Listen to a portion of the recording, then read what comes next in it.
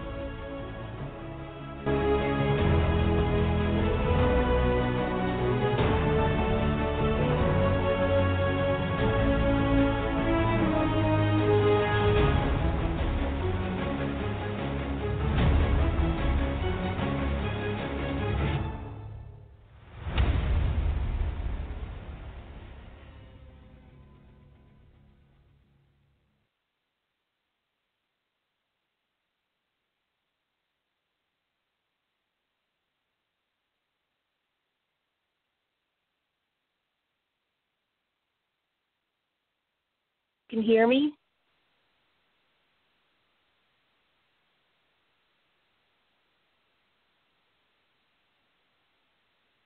Good. I feel like I'm talking to myself.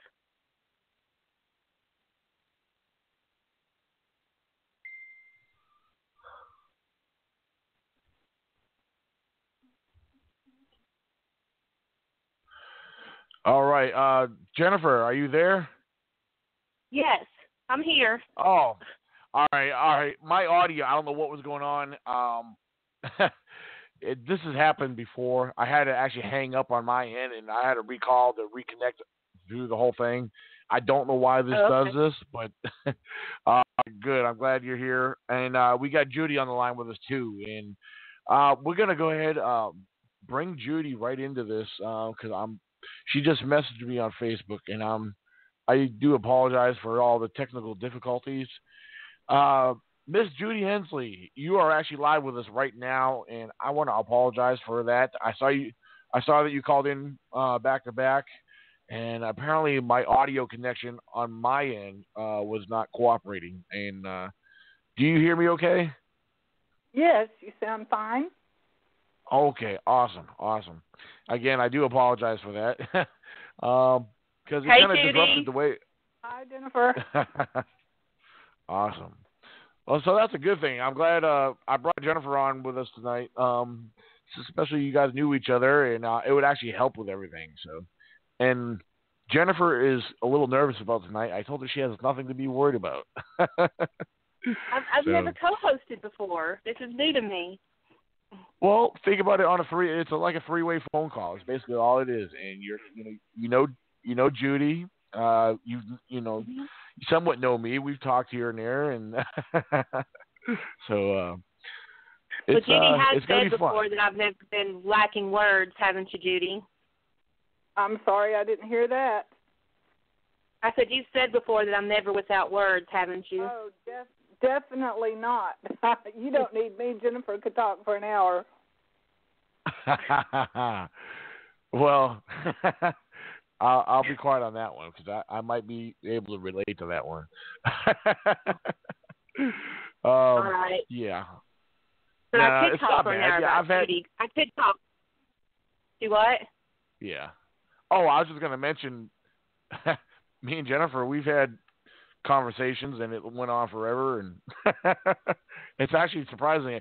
I have a bad habit of talking when I'm trying to get off the line. I could jump from one thing to the next, and then it could be the slightest little thing that'll turn into a big conversation. But yeah, so Well, you were fun to interview. You were fun to interview for our conference that we're having in Harlan, and you're one of our featured speakers, so you were a blast to interview, and thank you for that. Oh, well, thank you. Thank you.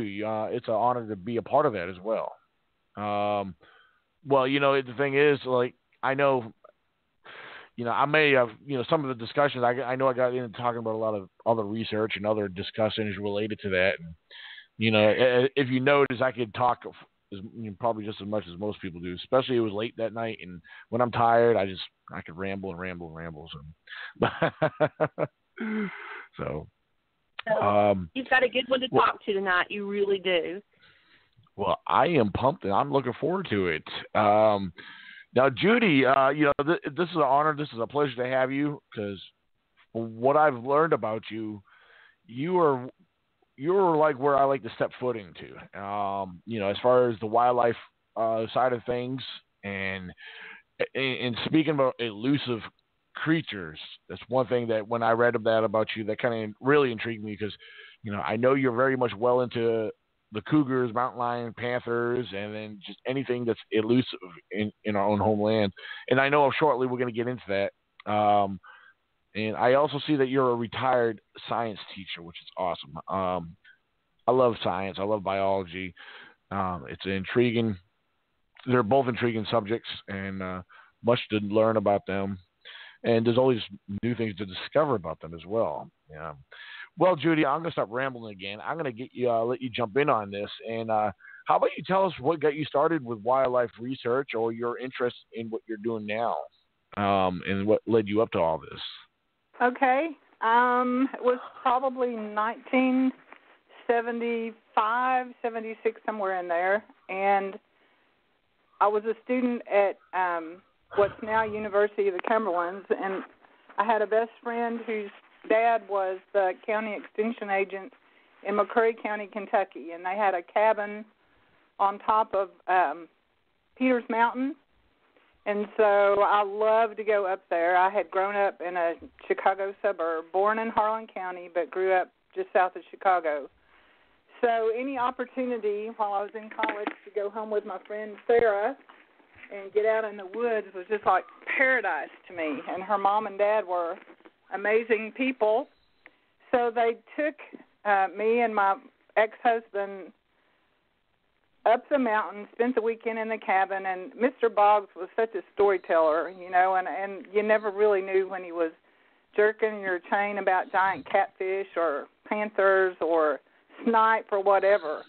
But he was telling us, coming off the mountain, he was telling us that there really were panthers, black panthers, that he had seen them all of his life, and that there were black panthers that were indigenous to Peters Mountain. So, it's like, okay, Mr. Boggs, are you being for real, or are you just kicked out of the city girl who's dumber than dirt? So we'd been off the mountain, and Miss Boggs left her glasses in the cabin. We went back up the mountain, and as we were coming off, he was telling us again more about panther. And a black panther it was a little place called Monkey's Eyebrow. That's very memorable, of course. But a little place called Monkey's Eyebrow.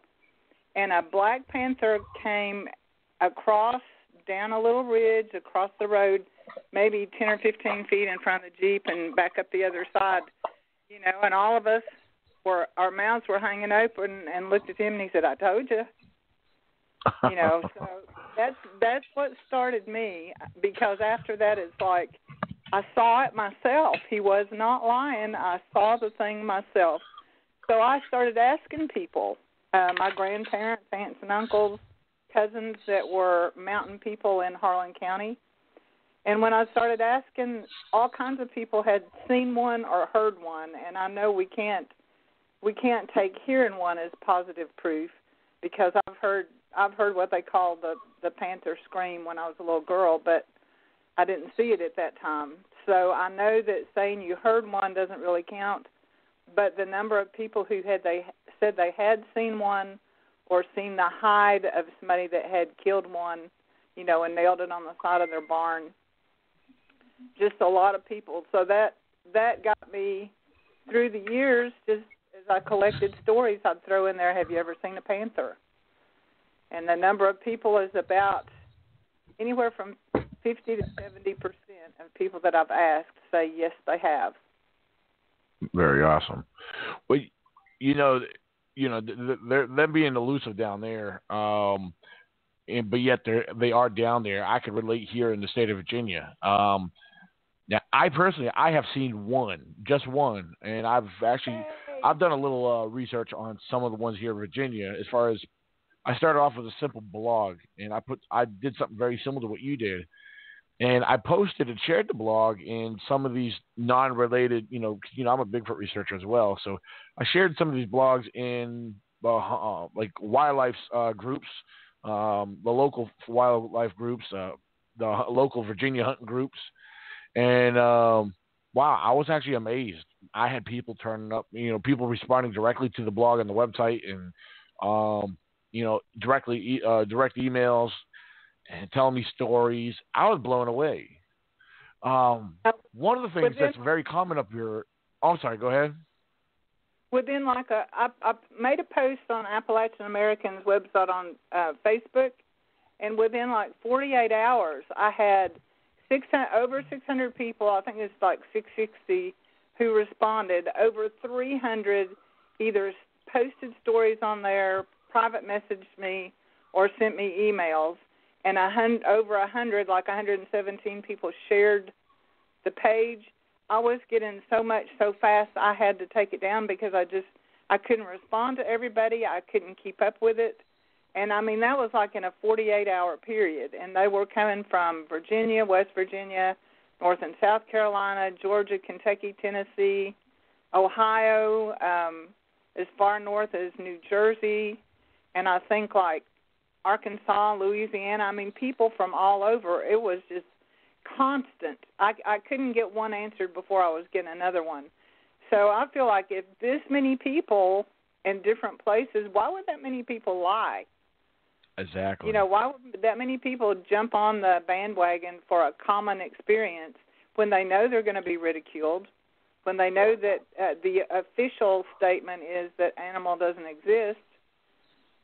So I just believe that when people have actually seen one, you couldn't blast it out of them with a keg of dynamite. Could anybody convince you that you didn't see one after you did?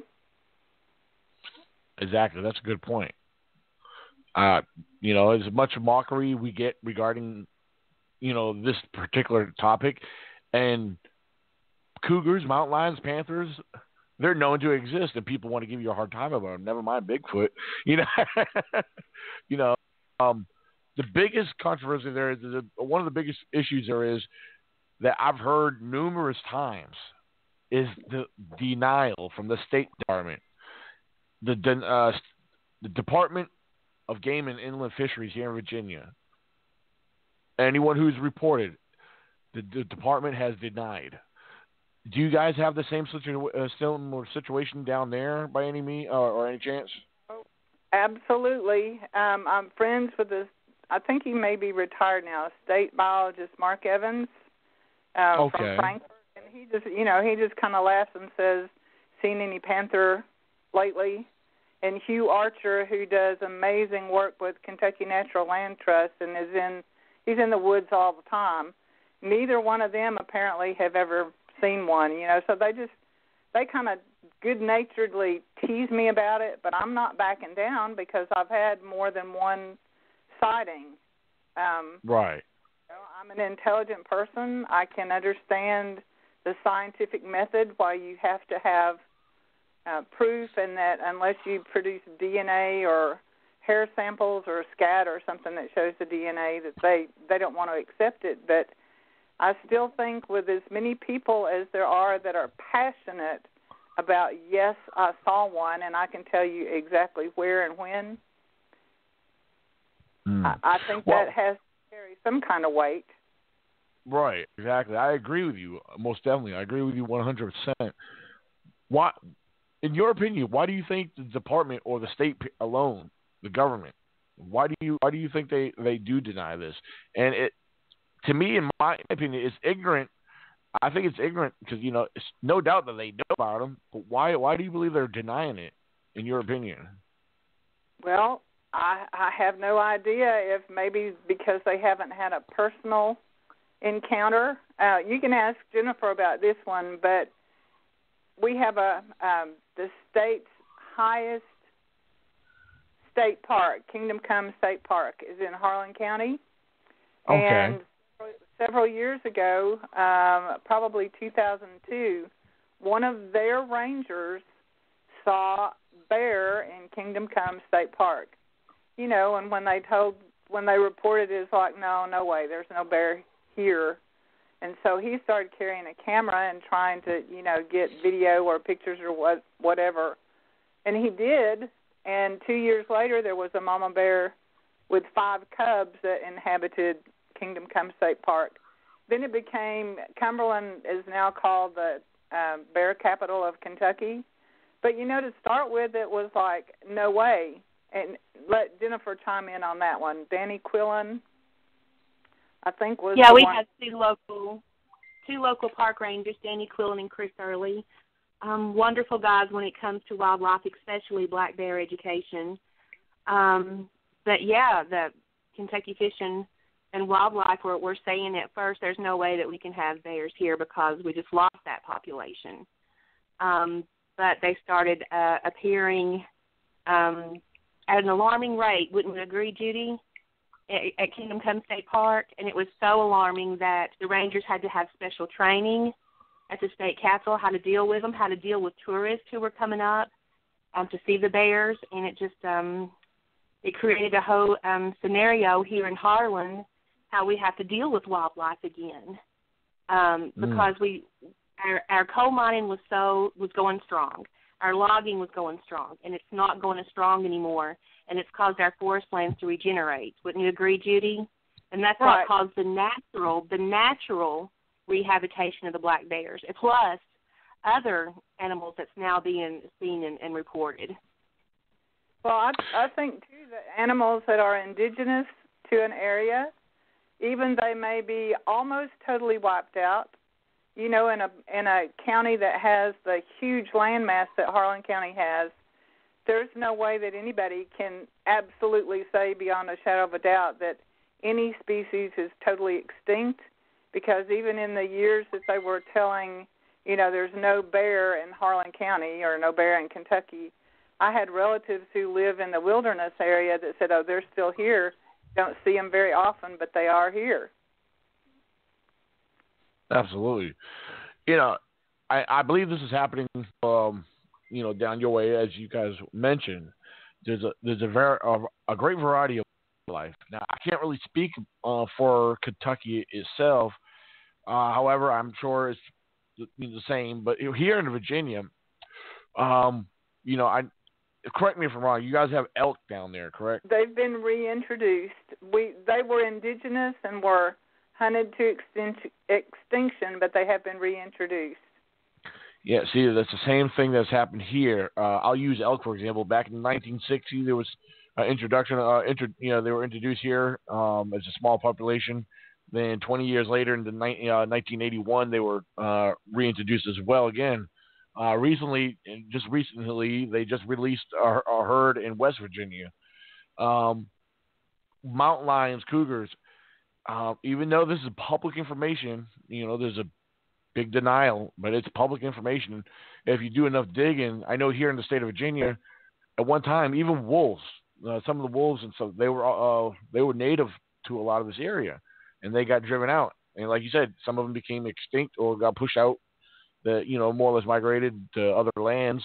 But over a period of time, a lot of them starting to make a popular comeback. As far as from what I read on some of the wolves, some species coming from the north, up north and working their way down south along to the Dixie line here. So yeah, it's I don't know. It is very interesting. The wildlife we are seeing, even down to the little critters. I mean, there's people. I see the State Department's got signs like, "Hey, if you see this, please report it. It's considered rare if you do." Various little species of mammals and stuff. But Yeah, mountain lions and stuff. Bears. We love bears. I love seeing bears up here. I've had a lot of encounters with black bears here in the state of Virginia. So now, as you said, they're making a comeback. They're starting to get pretty well populated down in Kentucky. Um, how populated would you say they are right now? Well, there's enough that they've reopened a hunting season in the state. So what does that tell you? Oh, wow. Yeah, I would say that it's pretty well populated. We have December, isn't it, Judy? Isn't December the hunting season? I'm not sure. Late fall, but I'm not sure exactly. And so popular too that that tourism started a black bear festival because it's become so popular here. Oh, nice. Yeah. I can tell you a panther story about Virginia. One from Virginia. If you want to hear it? Oh, absolutely. Yeah. And I've heard the same story from like 2 or 3 different officials from Martin Station in Virginia, which is on the Kentucky-Virginia border near Cumberland Gap.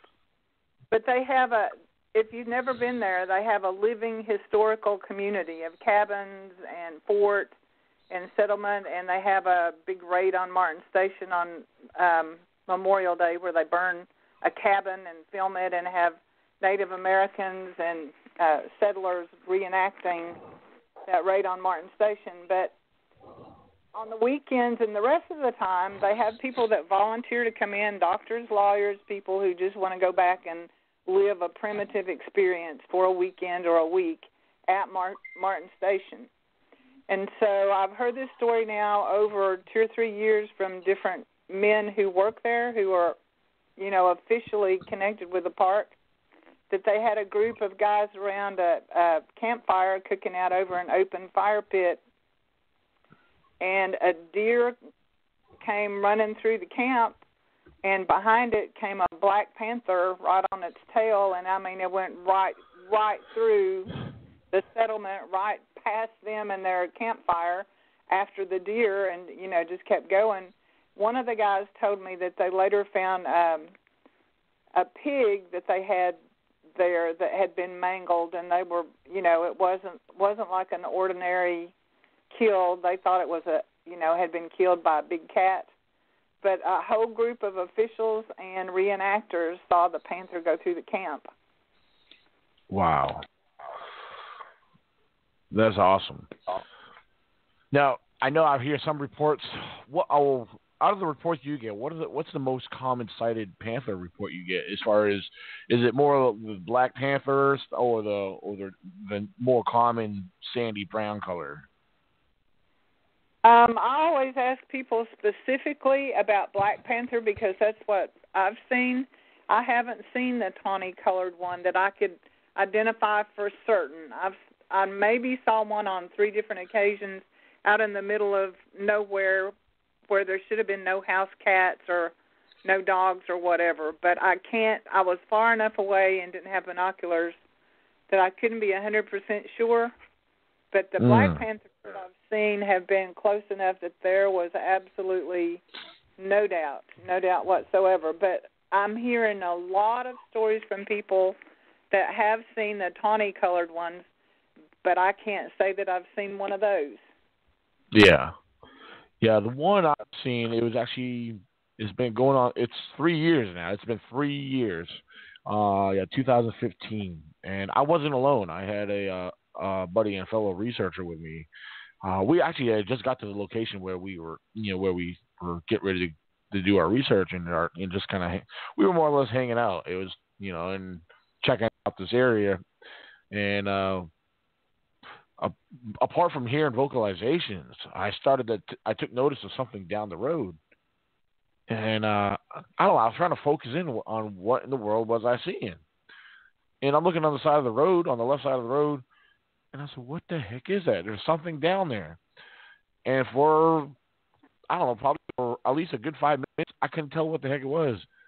And then it became clear as day, because whatever it was actually moved around, and then all of a sudden, here goes, it gets up on all fours, and as soon as it starts walking, it didn't walk fast. It took its time. So I had plenty of time to observe what I was seeing. And I was like, I told the guy, Fred, I was like, are you seeing that? He said, yeah, that's a panther. I said, no kidding. It was like exciting. It was the coolest thing because here we are. Our vehicles were up behind us in this camp spot, and we're out on the forest road. This is my main general research area. And I was like, this confirmed. I mean, I knew they were here because I found tracks like a year before that, about 2 miles away. And, and they were confirmed by, another eyewitness who had actually seen them in other parts of Virginia. And I thought that was a cool thing. I was like, a black one. Because, I've got bobcats. I can't say I mentioned that in plural, but I've gotten a bobcat on my trail camera. I found their tracks, bobcat tracks before. But this is a panther I saw. And again, this was 3 years ago. And I don't have no doubt about what I saw. I saw it clear as day. Because when it walked across on all fours with its long tails extended out, it was very cool. But that's the unmistakable thing in the ones I've seen, that long cylindrical tail, and they're so beautiful. Even when they walk, when they take a step, the muscles ripple from the front shoulder to the back all the way down their body. It's like poetry in motion. It's one of the most beautiful things I've ever seen as far as animal structure and just getting a good look at, up close and personal of how muscular they are. But that long tail, there is no mistaking that tail from a house cat or any other animal that I've ever seen. Exactly.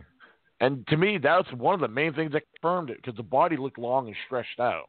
But when that tail's lagging behind it, there was no denial of what I was seeing for sure, So, I mean, I was pumped. I was excited. But, I didn't feel nervous or scared at all. I guess because I had somebody else with me, and I wasn't too far away from the vehicle if I had to jump back to the vehicle.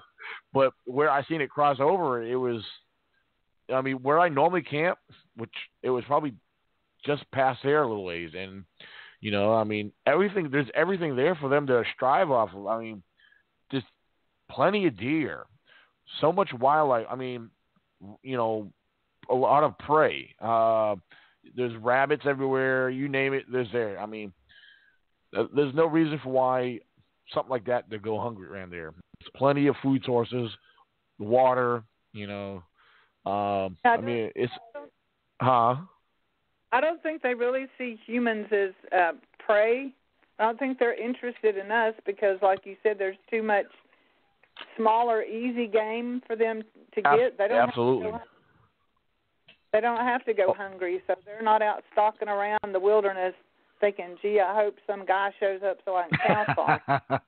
Right. Now, there's been incidents during hunting times. So this goes about a year or so ago. Now, in the same particular area, I know I was hunting with my father, and we weren't hunting together. We were separated. But there's one particular area, after we regrouped, Dad shares what he heard, and he didn't know where it came from. And after what he described, what he heard this, what he described as a guttural growl. Now, of course, a lot of people report that sound with usually related to Bigfoot. But in this same area is where my sighting came from. Now, I know they travel, they move around, but at the same time, I don't know if there was a reason why. Maybe it could hang out in that area. There's a lot of fallen timber, and it's thick in some areas, and the deer, they've put deer in there for them to take down if they need be. But when Dad said he heard a guttural growl and just couldn't tell where it came from, could that be a possibility? That could have been a cat, growling at him? Or would they have been more quiet? I've always heard that when you hear a panther, it sounds like a woman screaming. I've heard it described as it sounds like somebody being murdered. I've never really heard anybody say they heard a panther growl. It's always, the descriptions I've heard are always the scream that sounds like a woman screaming or somebody being murdered. Yeah. Now I've heard the bobcats before. I can't say I've honestly heard a, like a mountain lion scream, but I'm sure if I heard it, I won't deny. I'll know what it is. 'Cause, I've done some research. I looked up vocalizations on them, so if I hear it, I should be able to identify it. But at this point, I can't say I have. Again, I have heard bobcat, and that there had raised a hair on the back of my neck standing up. That was over almost 9 years ago. And, take a bobcat and multiply it by 10. There's your panther. Oh, wow, that's pretty intense. Wow. Now, Judy, can I butt in here for a second? Oh, yes, absolutely. It came to mind. Judy and I had a sighting maybe 3 or 4 years ago. Do you remember what I'm talking about, Judy? On one of our strip mine sites. On Jewel Ridge? On Jewel Ridge. Now, you want to talk about that? Wasn't that bobcat plus cubs? Yeah, well, go ahead, Jennifer, tell him, and I'll back you up because we're talking about the same thing. I don't remember much, actually. All I remember is trying to get my camera out and start taking pictures. And I got a few pictures. I still have them, but, they're blurry, just like in the Bigfoot world, right? When you take the pictures, they're blurry. It's true. I'll have to show them to you when you come in for the conference. I'll show them to you, okay? Daniel, I sent one of I sent one of the pictures of the mama cat to you today when I sent you pictures. Yeah, I seen that. That's the one she's talking about, was a mom and 3 cubs on Jewel Ridge. And we were not looking for cats. We were looking for elk. We had our cameras, and we'd heard that people were seeing elk over there, so we were looking for elk and not having a clue that this mama cat was going to come out in front of us with 3 cubs. And she was about the size, it looked like she was about the size of a German Shepherd, and the 3 babies were about the size of beagles. So I couldn't remember if it was 3 or 4, but it was one of the coolest things that ever happened to me. I managed to get just a few pictures, but, I had the camera in my lap, but now when I've seen the panther, it's like total freak out. Couldn't get my camera turned on. Couldn't, just so mesmerized by seeing it that I just freaked out and just couldn't get the camera going in time to get a picture before it disappeared. Which is a credible point. I think that happens a lot with wildlife photography. I honestly do, because you're not expecting it and it just happens and you kind of freeze just from the awesomeness of it that you're seeing it. And then you let the moment get away. I don't know anybody personally who's been out looking for a panther. Usually when I've seen them, it was like totally, I was out with the camera looking for something else, or I'd been camping in the woods, or I was driving through the country, never with the anticipation that I was going to see a big cat. Yeah. When I had my sighting, it was totally unexpected. But even though I did not, even before a sighting, I believe they were there because I found tracks, and I honestly believe those tracks were real tracks. Just like I got people that when I find tracks related to Bigfoot, those are real tracks I find. I don't care who believes me, who does. But I know. I'm sure you deal with it. I deal with it here in Virginia. But even with mountain lions, cougars, I mean, in some of the posts I shared around, I mean, yeah, I've gotten some mockery. I got people that, I mean, they just have no clue because they don't believe. Because if the game department denies it, they're going to deny it too because they don't. There's like they're puppets on a string. They go along with what the government tells you. Pretty much. They don't believe. I've had some amazing stories told to me off the record that people said, but now you can't print that or you can't use that because I don't want to be made fun of. I'll tell you because I trust you, but I don't want you to put it down because I don't want to be made fun of. Oh yeah, absolutely. Now I've had a story shared where people like, hey, you could post this, add this to your blog, whatever, just just leave my name out, and I totally respect that. And I understand. Some people don't care. They believe in the truth and want the truth out there. Regardless who believes them. And I mean, that's kind of how I am. If I see something, and I have something, it's my word against theirs, or anyone who else wants to believe it or don't want to believe it. But, so and I understand people don't want to. People are taking a chance either way. So somebody actually sent me a video of a panther that looked like it was maybe a football field away, but they had a camera that could zoom in on it, and it was right there, bigger than life, but they didn't want their names. They didn't want it published. They didn't want their names published. I just felt really honored that they sent it to me and shared it with me because, I mean, it was undeniable right there on film. But that's their choice not to share it and not to have their names public, for whatever their reasons. But I really, really appreciated them sending me that video. Absolutely. It was so cool because they're like, oh, holy cow, what is that? Turn your camera on. Point it over there. Can you zoom it in? And then they're like, oh, my gosh, because it was obvious what it was perfect, right. And it was walking right along a tree line. So it was probably hunting, doing its normal business. Interesting. Let's see what we got here. Jimmy, I believe Jimmy Blanton may be having a story to share with us, and he may be jumping on very shortly. So I'm not sure. I know he's listening, but I seen him in a live chat there in the Facebook group, and so I'm going to see if I can get him on here. Mr. Ernest Solar on the live chat has mentioned. He said, I saw a white mountain lion / panther in West Virginia about 5 years ago. That's pretty cool. White? Wow, wouldn't that be awesome? Yeah, that's exactly what he said. He said, yeah, he has it written down as a white mountain lion / panther in West Virginia. Well, if there's black cats, then why couldn't there be albino cats? That makes perfect sense to me. Oh, yeah. Look at all yeah, absolutely.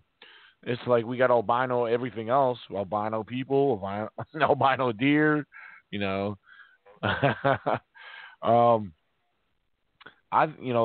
mountain lions in general, I think they're just beautiful creatures. Beautiful and strong. So masculine, so graceful looking. They're so agile, Let's see what we got here. We'll wait and see if Jimmy jumps up here. He may be jumping on. I'm not sure. He does have the number to call in, so I'll be on standby on that.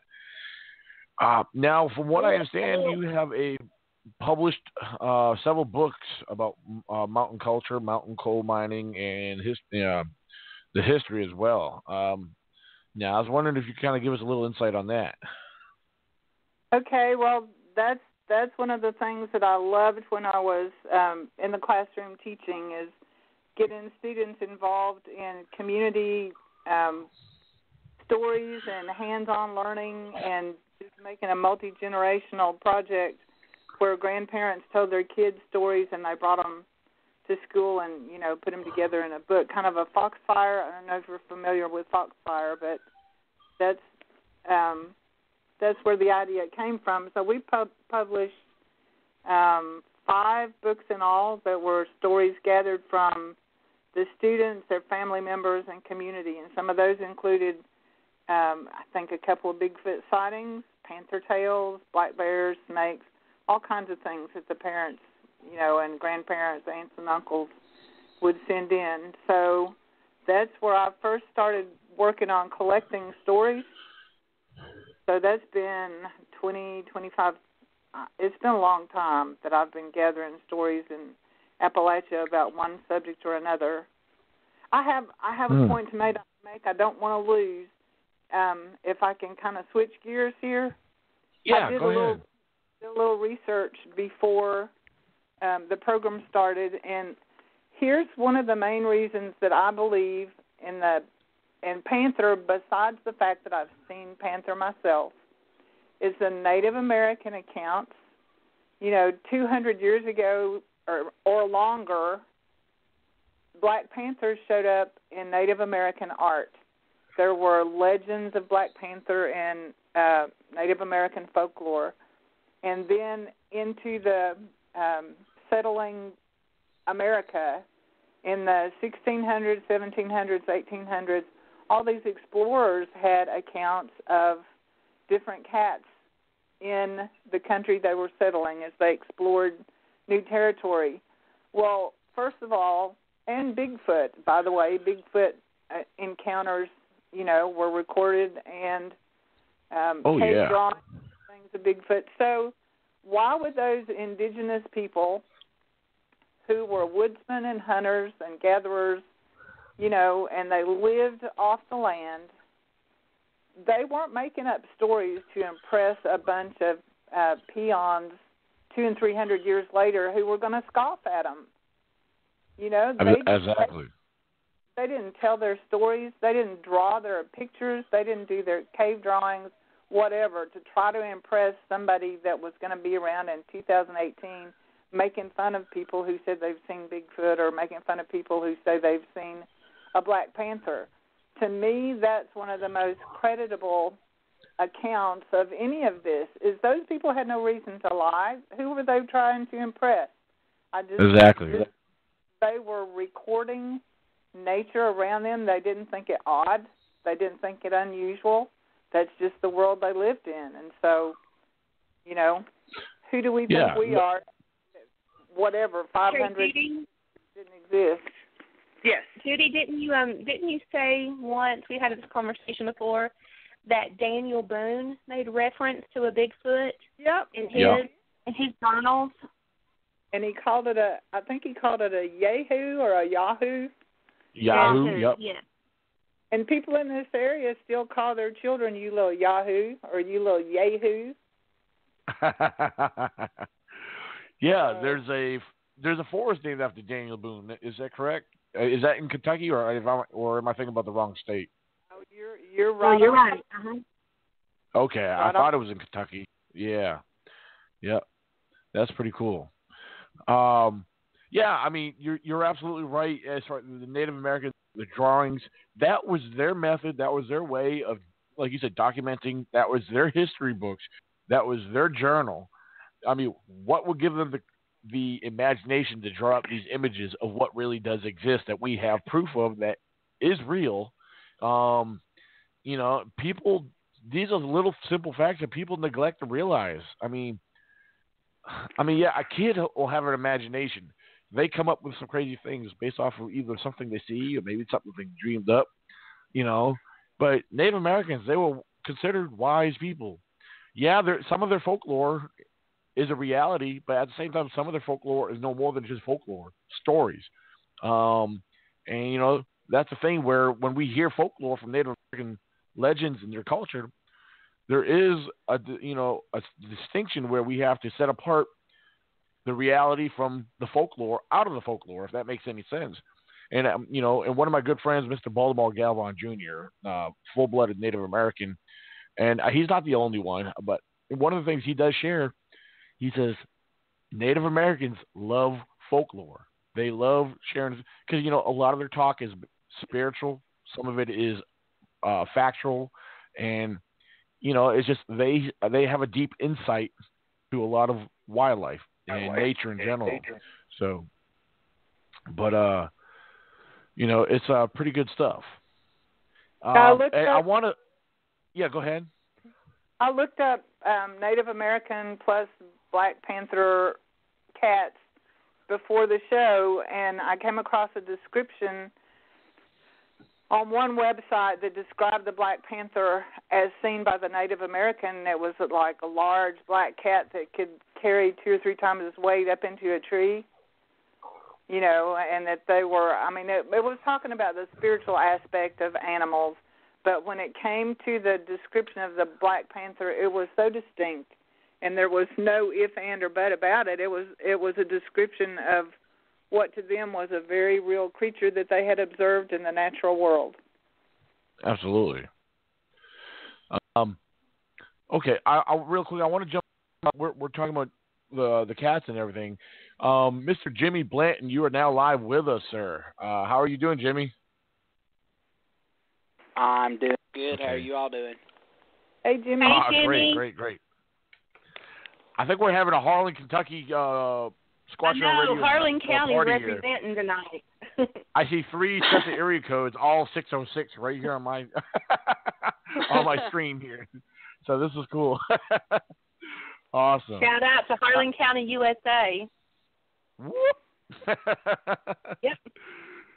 So, Jimmy, you were sharing in the group chat there. You have a sighting. Yes, I was 18 at the time in the area where I lived at. Me and my friends, it was mainly family members. We liked, we weren't the type to sit around and play video games when we were younger, so we liked to get in the mountains, and we liked to build log cabins and set camps up so that we can have things to do on the weekends when we weren't in school. We decided to go up and camp out one night, and we had a German Shepherd with us at the time. He liked to just run around the camp while we were up there at night, and, if anything came around, he would alarm and let us know that there was something there. We never thought much of it, but the next day we went back up there. That night before, he had been real active. I mean, he was everywhere. He would go up above on the hillside where the cabin was at. He was just barking, and sometimes, dogs like to be a nuisance sometimes and aggravate you to death. We really didn't think much about it, so the next day that we went back up there, I'm going to say about 20 yards away from the cabin, we noticed something black in the wood line. And I didn't think much of it. I just thought that, there was a stray dog up there. I was talking to my cousin back and forth as we were walking up the roadway, and I noticed that it kept getting bigger and bigger as it was coming out of the wood line, and I put my hand to his chest and I said, "Do you see that?" And he kind of like looked at me with his mouth open and said, "Yes." He said, "Either that's a big cat or that's a panther." I said, "Dude, that's a panther. Look at the tail on that thing." Its tail was so big. I mean, the girth of its tail was it was crazy. And that's not the first time that we'd seen them up there before. We've heard them squall. Like Judy, I was listening to the pod, your little show here when Judy was talking about they scream like a woman. I've heard that on multiple occasions.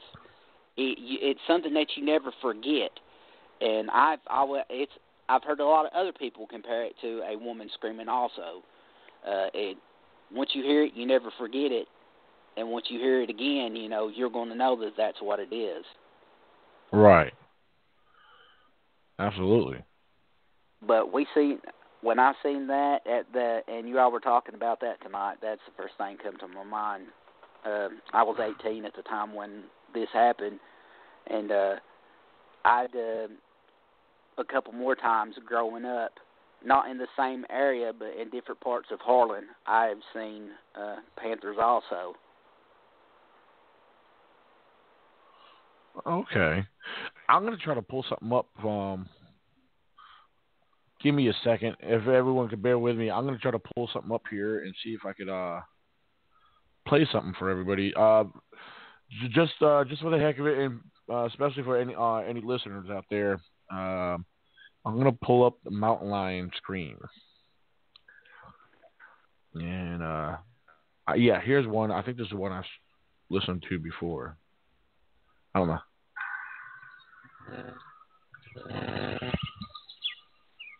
Hold on.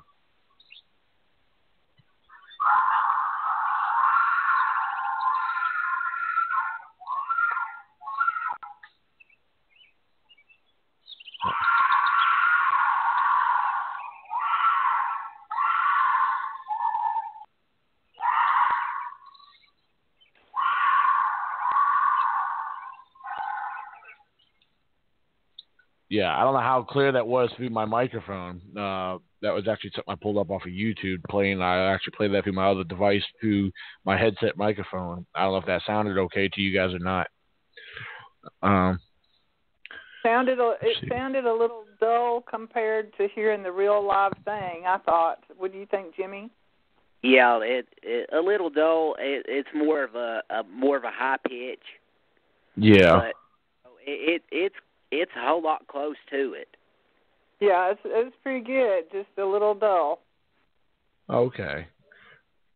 Yeah, it's probably because I was trying to play it through my device and it didn't really do much justice. So here's another one I could try. Oh, hold on. Hold on, I gotta wait till I skip the ad. Hold on. This is all YouTube.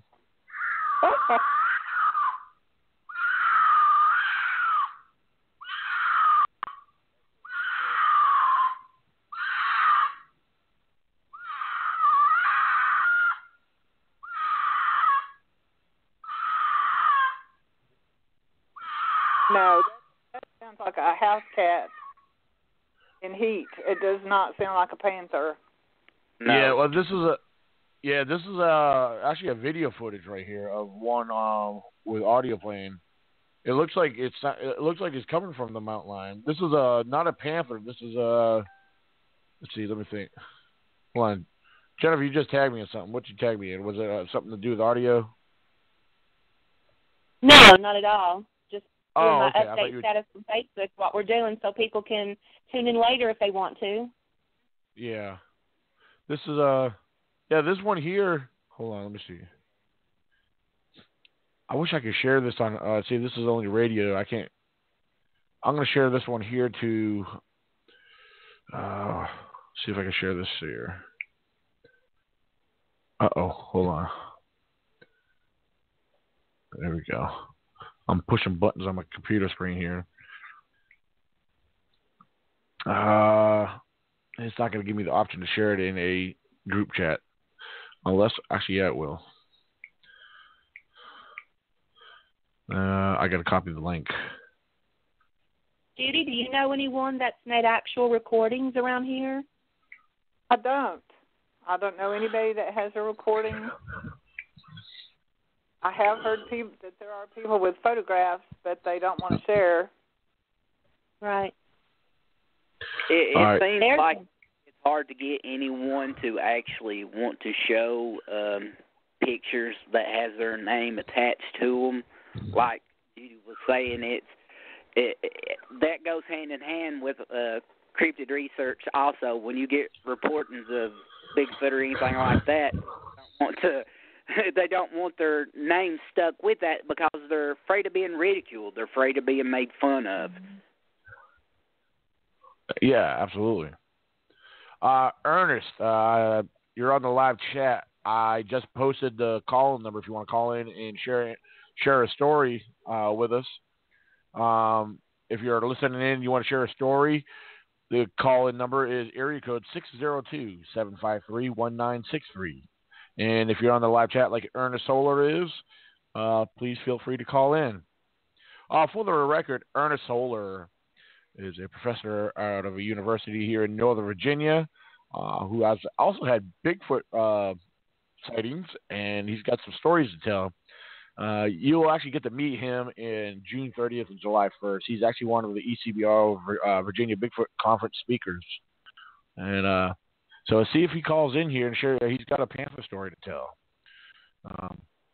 But yeah, in the group chat on Facebook, the one I was just playing, I posted that one in the group chat because in that one there, from what I was watching, it looks like you can see in the video that cat on video footage is actually making those screams. Now I don't know where this was taken. This could have been out of the country, or this could have been out west somewhere. But I don't know. It was a little interesting. So I'm trying to click on it. Okay, yeah. Like I said, it's a YouTube. In the background, if you hear some screaming in the background, it's my computer, not an actual panther here. All right, well, I'll tell you what. We got Mr. Ernest Solar live with us right now. He just called in. Ernest, how you doing? You're live, sir. I'm good. How are you doing, Daniel? How's everyone doing? Oh, not bad, not bad. It's been a long. Well, it hasn't been too long. What's it been? A few months since I last seen you. Yeah, it's been a handful of months. Yeah. So, yeah, last time me and Ernest saw each other, we were enjoying some Squatch Ale down at Chaos Mountain Brewing Company, in here in Roanoke, Virginia. Yes, very I'm looking delicious. for more. So, now, Ernest, on the live chat, you were mentioning you had a sighting about 5 years ago in West Virginia.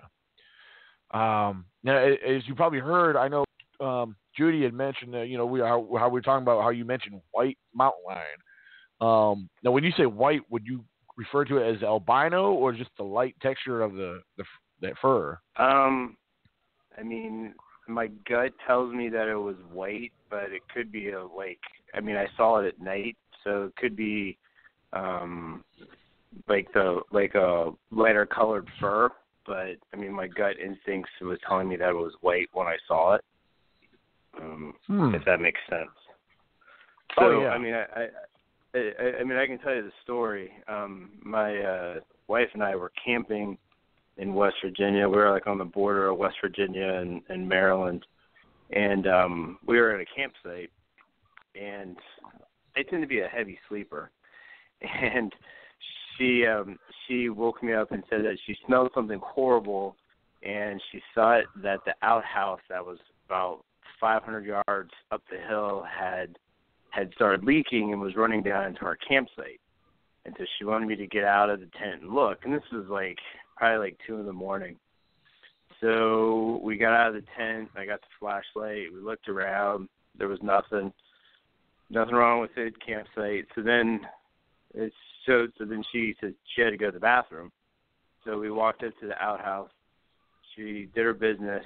We came back down to our tent site, and so, I'm thinking in my head, I'm whatever she smelled must have been pretty bad, pretty big, or for her to wake up smelling something so horrible.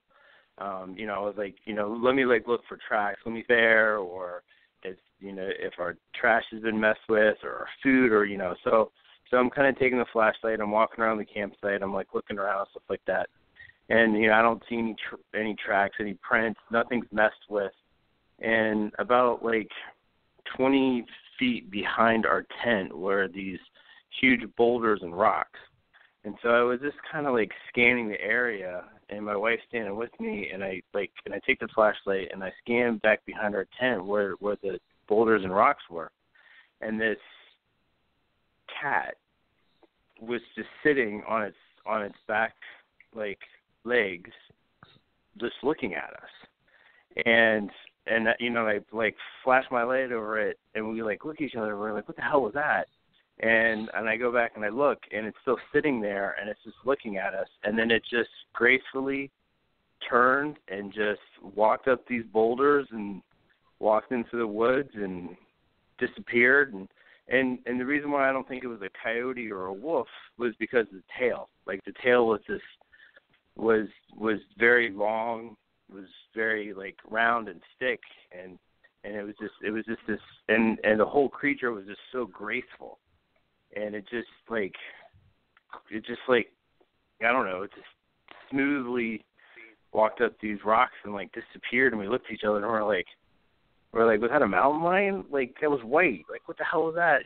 And then so we, tried to we're just we were flabbergasted. We're what did we just see?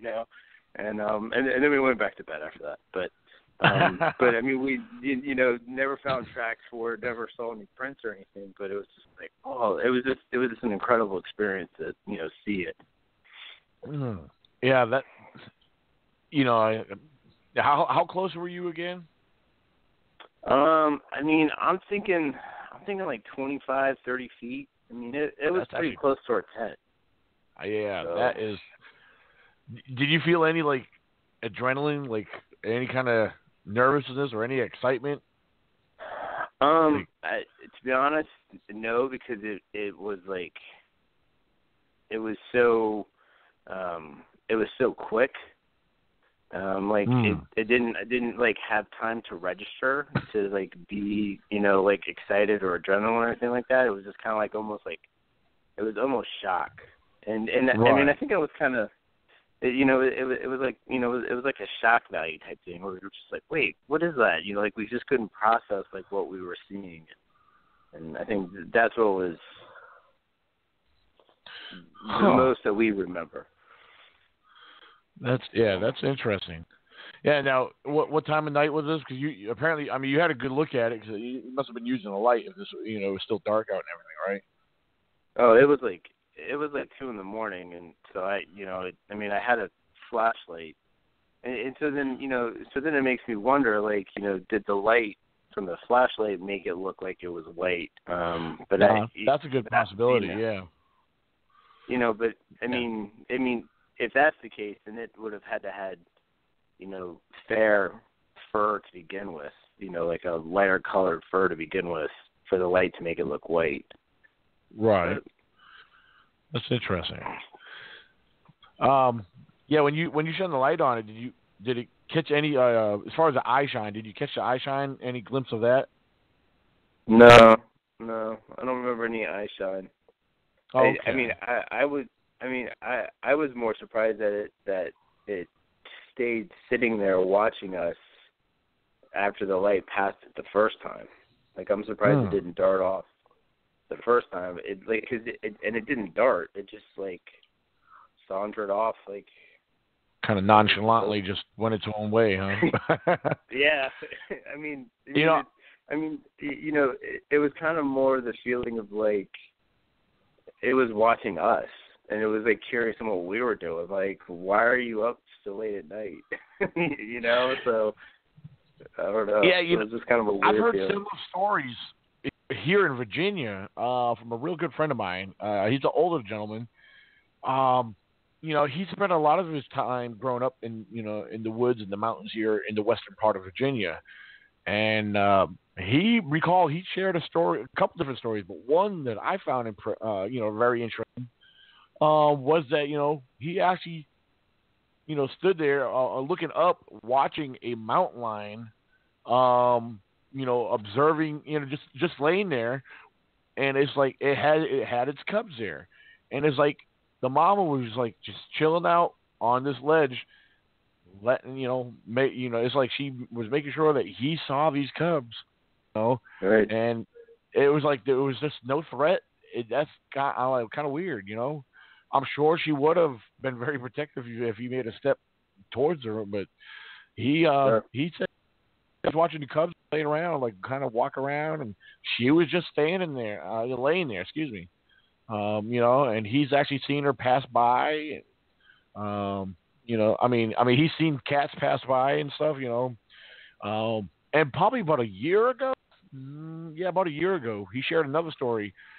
And this one particular area is close to West Virginia, and he got a report, because there's Mennonites that live not far from him, and he got a report that the cattle in the back of his field were acting funny, and he noticed that they were all in a hurdle. So he goes out there, he starts looking around, see what's going on, because then that's when he spotted over in the far corner of the field. He said he saw a cat just standing there staring at him. So he turned back around, got in his truck, because he went out there on foot, but he went back and drove out on his farm truck out into the field. And by the time he went back there, he was gone. And he had, he felt concerned for his cattle, his farm, because he has horses there too. So he gets in contact with my buddy Richard, and he's like, Richard, I got a cat problem. I want you to come out there and check this out. So during the day, they go out there, they walk back in the field. The guy shows them where it was. And sure enough, they found tracks back there. And from what Richard told me, this gentleman used to work with me. He's a former employer where I work. And he told me, he said, Daniel, I'm not exaggerating. He opened up his hand, like the whole hand. He said, the size of my hand, he said, that track was about the size of his hand with his hand opened up. And I was like, are you kidding me? He said, no, that's how big it was. He said that thing had to been well over 6 foot long, lengthwise. I said, that's a monster. But he swore up and down he saw a cat, the farmer, the Mennonite guy. I kind of find that incredible. He's a Mennonite. Mennonites are pretty religious. They I don't see them making up stories. So I found that pretty fascinating. That hey, there was tracks found on the farm. So, well, that's pretty intriguing. Interesting as well. Real quick, I do want to mention that we have Mr. Zach Sterick from Southern Illinois live with us right now. How are you doing, Zach? Sorry, I'm late to the party. I know Jimmy held you up earlier. I'm just joking. No, I had a personal call with one of my teammates, and I just had to go. And sorry, I'm late. Oh no, it's no problem. I'm actually kind of glad you called in because I was actually getting ready to call you through the show here because I have that option to call you. But then you jumped on and did all that. So it's good. Zach, you have an interesting cat story, or I believe. Or correct me if I'm wrong. I know you were trying to investigate something, part of one of your cryptids.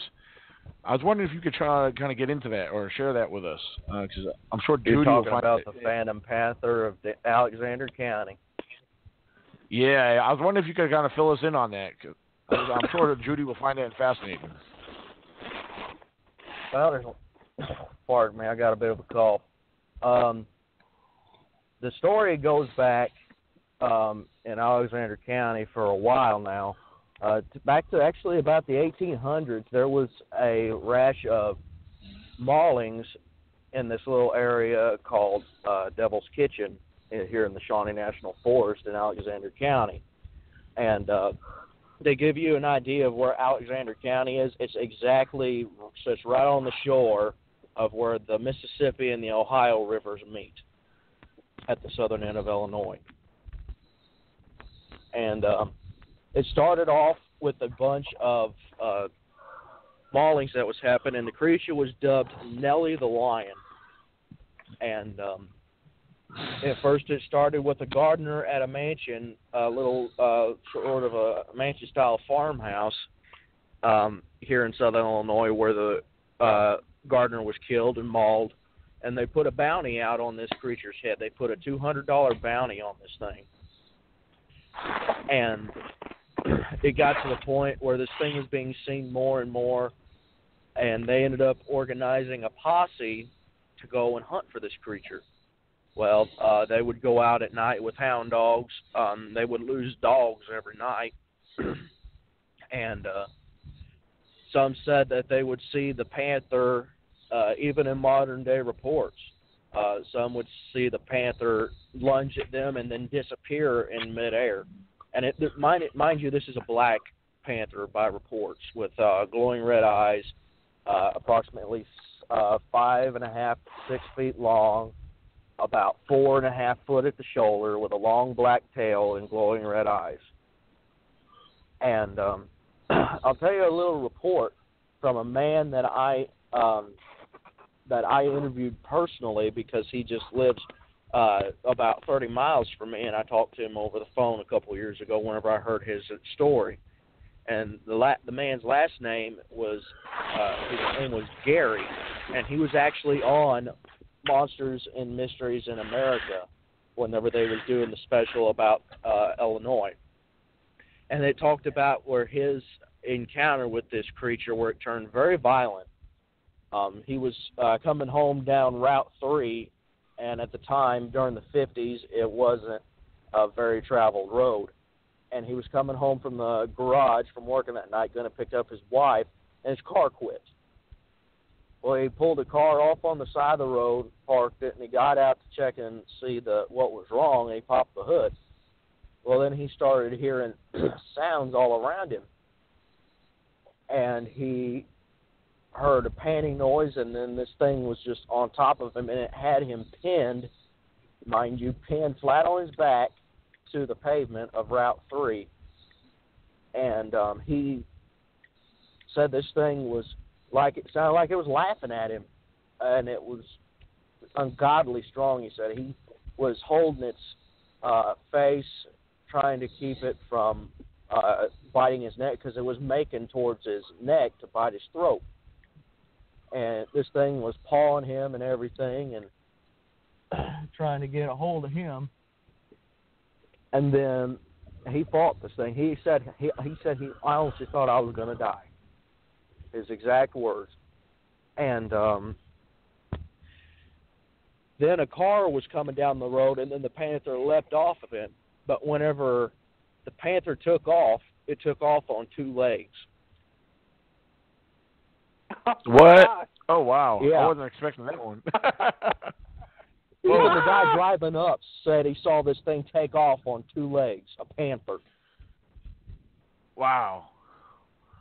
And then it went back into the fog, and it went back in the fog, and they didn't see it. He was taken to the local hospital to be treated for his injuries. He had ungodly mauling injuries where you could see the claw marks where it was dug in his face and across his chest and his arm, and the bite marks he had on his forearm from this thing. And the police come in to take his report, and he was scared to death to give his report to the police. He said, this was a panther that got me, and they're trying to brush off saying, well, you probably got attacked by a wolf. He goes, no, I seen this thing with my own two eyes, up close and personal, physically. This thing was a panther. And they just brushed it off, and he got sent home. Lauren Coleman actually had an encounter with this thing driving home from the state hospital. I believe it was here in Illinois. And they was coming over the crest of this hill, and the thing walked out in front of them, in front of the car. There was three of them. And it stood there and looked at him, and then it turned, and it just leapt off the pavement into the darkness. While he's wanting to go back and look for tracks, all his buddies are saying, you're freaking crazy. Let's go. And according to the report from Lauren Coleman, they reported them on 2 feet as well? No, 4 feet. Oh, okay.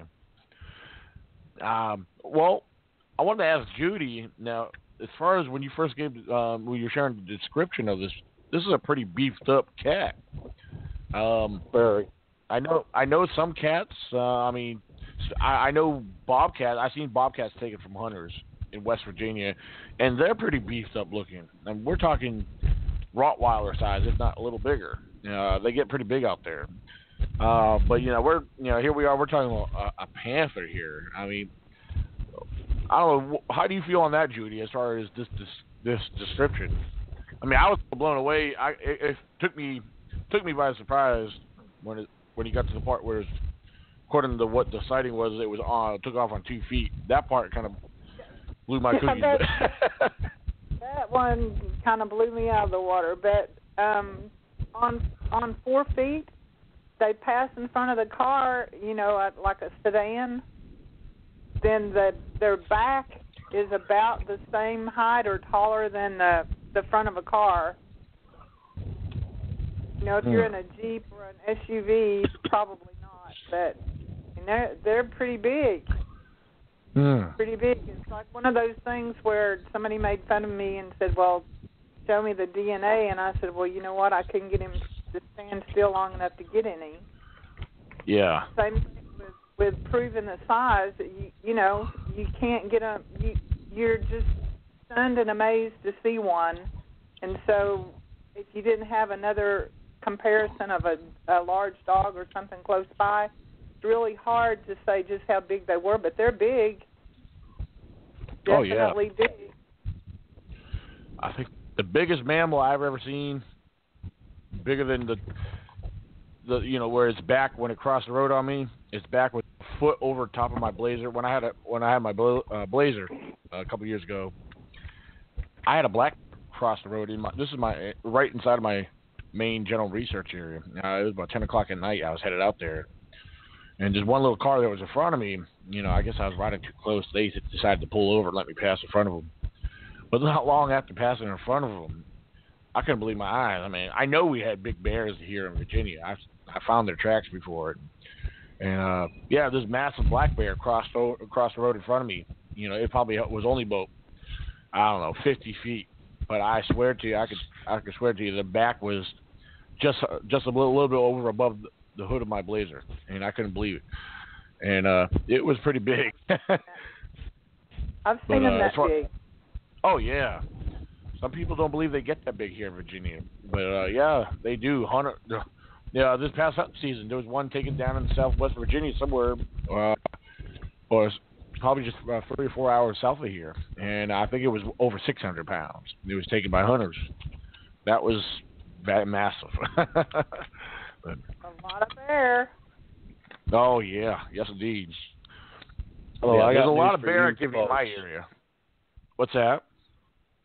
I got news for you folks. This plot I just told you deepens to the point where this thing is practically reports of the same creature is basically coming into my territory.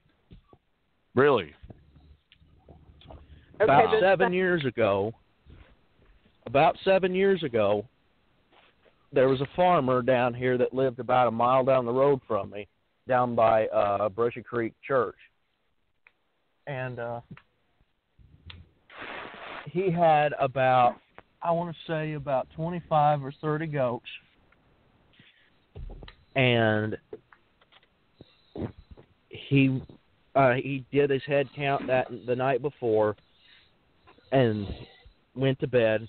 The next morning he come out, and all but 5 of those goats was killed inside the pen.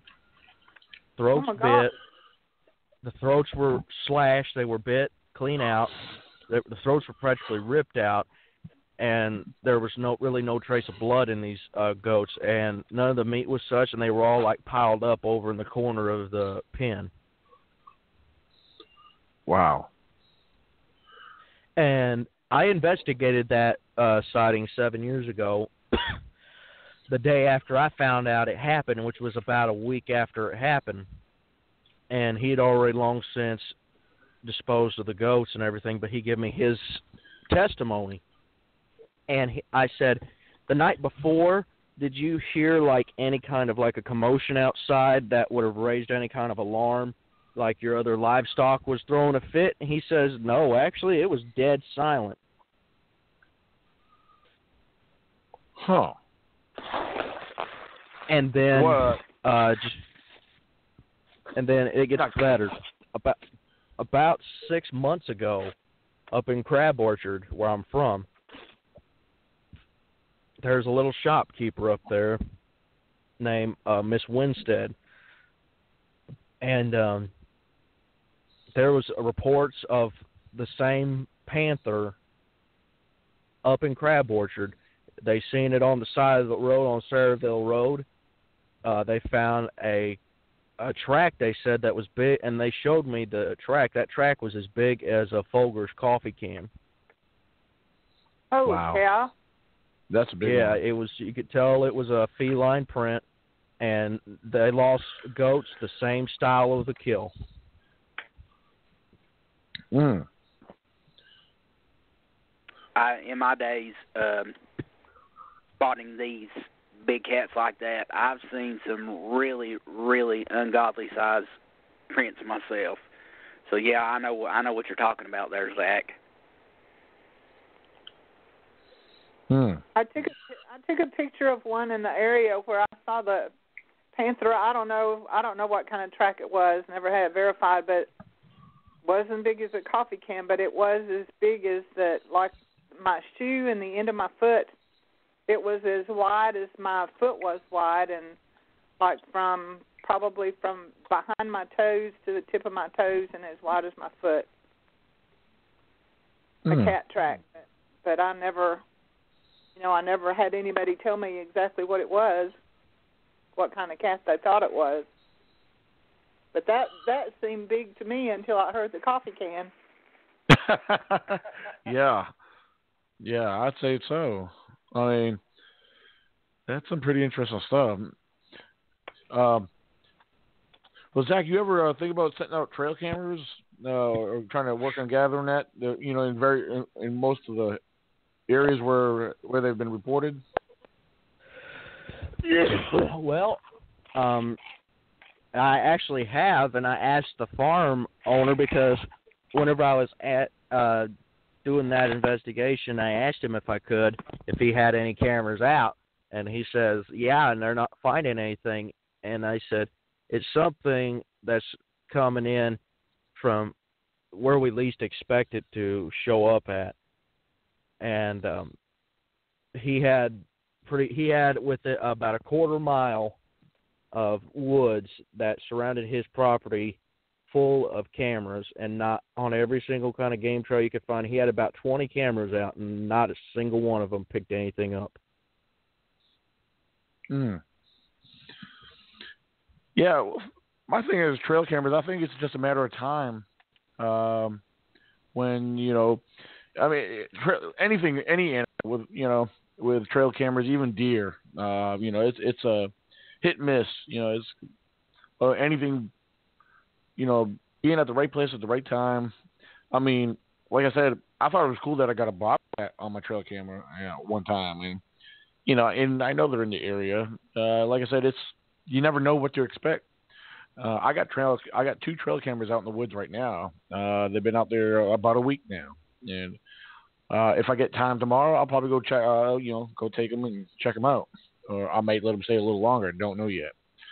But that's the thing. You never know what to expect. Sometimes you might not get nothing. I've had trail cameras out for almost 3 months at a time, and you might get a couple deer, and nothing too exciting. But that's the one thing with a trail camera. If you're willing to, a trail camera on a fresh set of batteries, and as long as you got a good full, good SD trail camera, you can leave them out there for a long time because the batteries only really get used while they get triggered by turning on when the sensor gets set. But it's a fun thing to do. It's a good project. Judy, have you ever used trail cameras in any of your your research? No, that's an area that I'm really short on. I'm a story gatherer, but I haven't really invested that much time in the research, or don't own a trail camera. So, I'm hoping that somebody who does that stuff will come up with a picture. But I've physically explored the areas, where I had sightings, but I didn't have any trail cams. Oh, okay. Yeah, I was just curious about that. That's interesting, though. Now, Judy, let's see, you're also working on a book called Panther Tales, where you're sharing people's stories about panthers and bobcat sightings. Right. I was wondering if you could share that with us. I didn't think about asking you ahead of time, but if anybody has a great story to tell, like the ones that we've just heard, would it be okay for them to contact me from your radio show? Absolutely.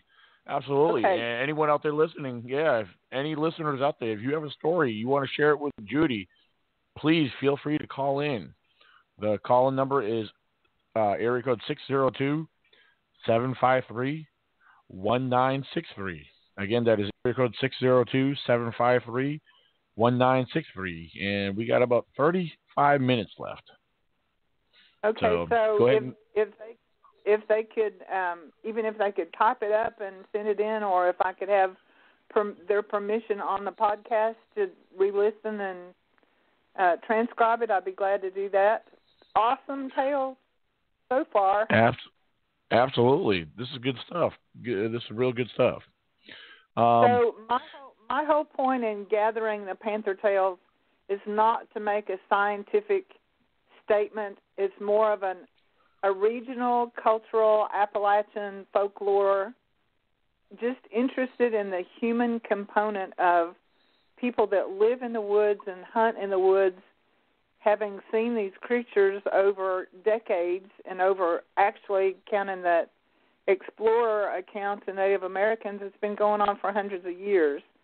So I just want to be able to give people a voice to confirm what they've seen without ridicule, without being made fun of.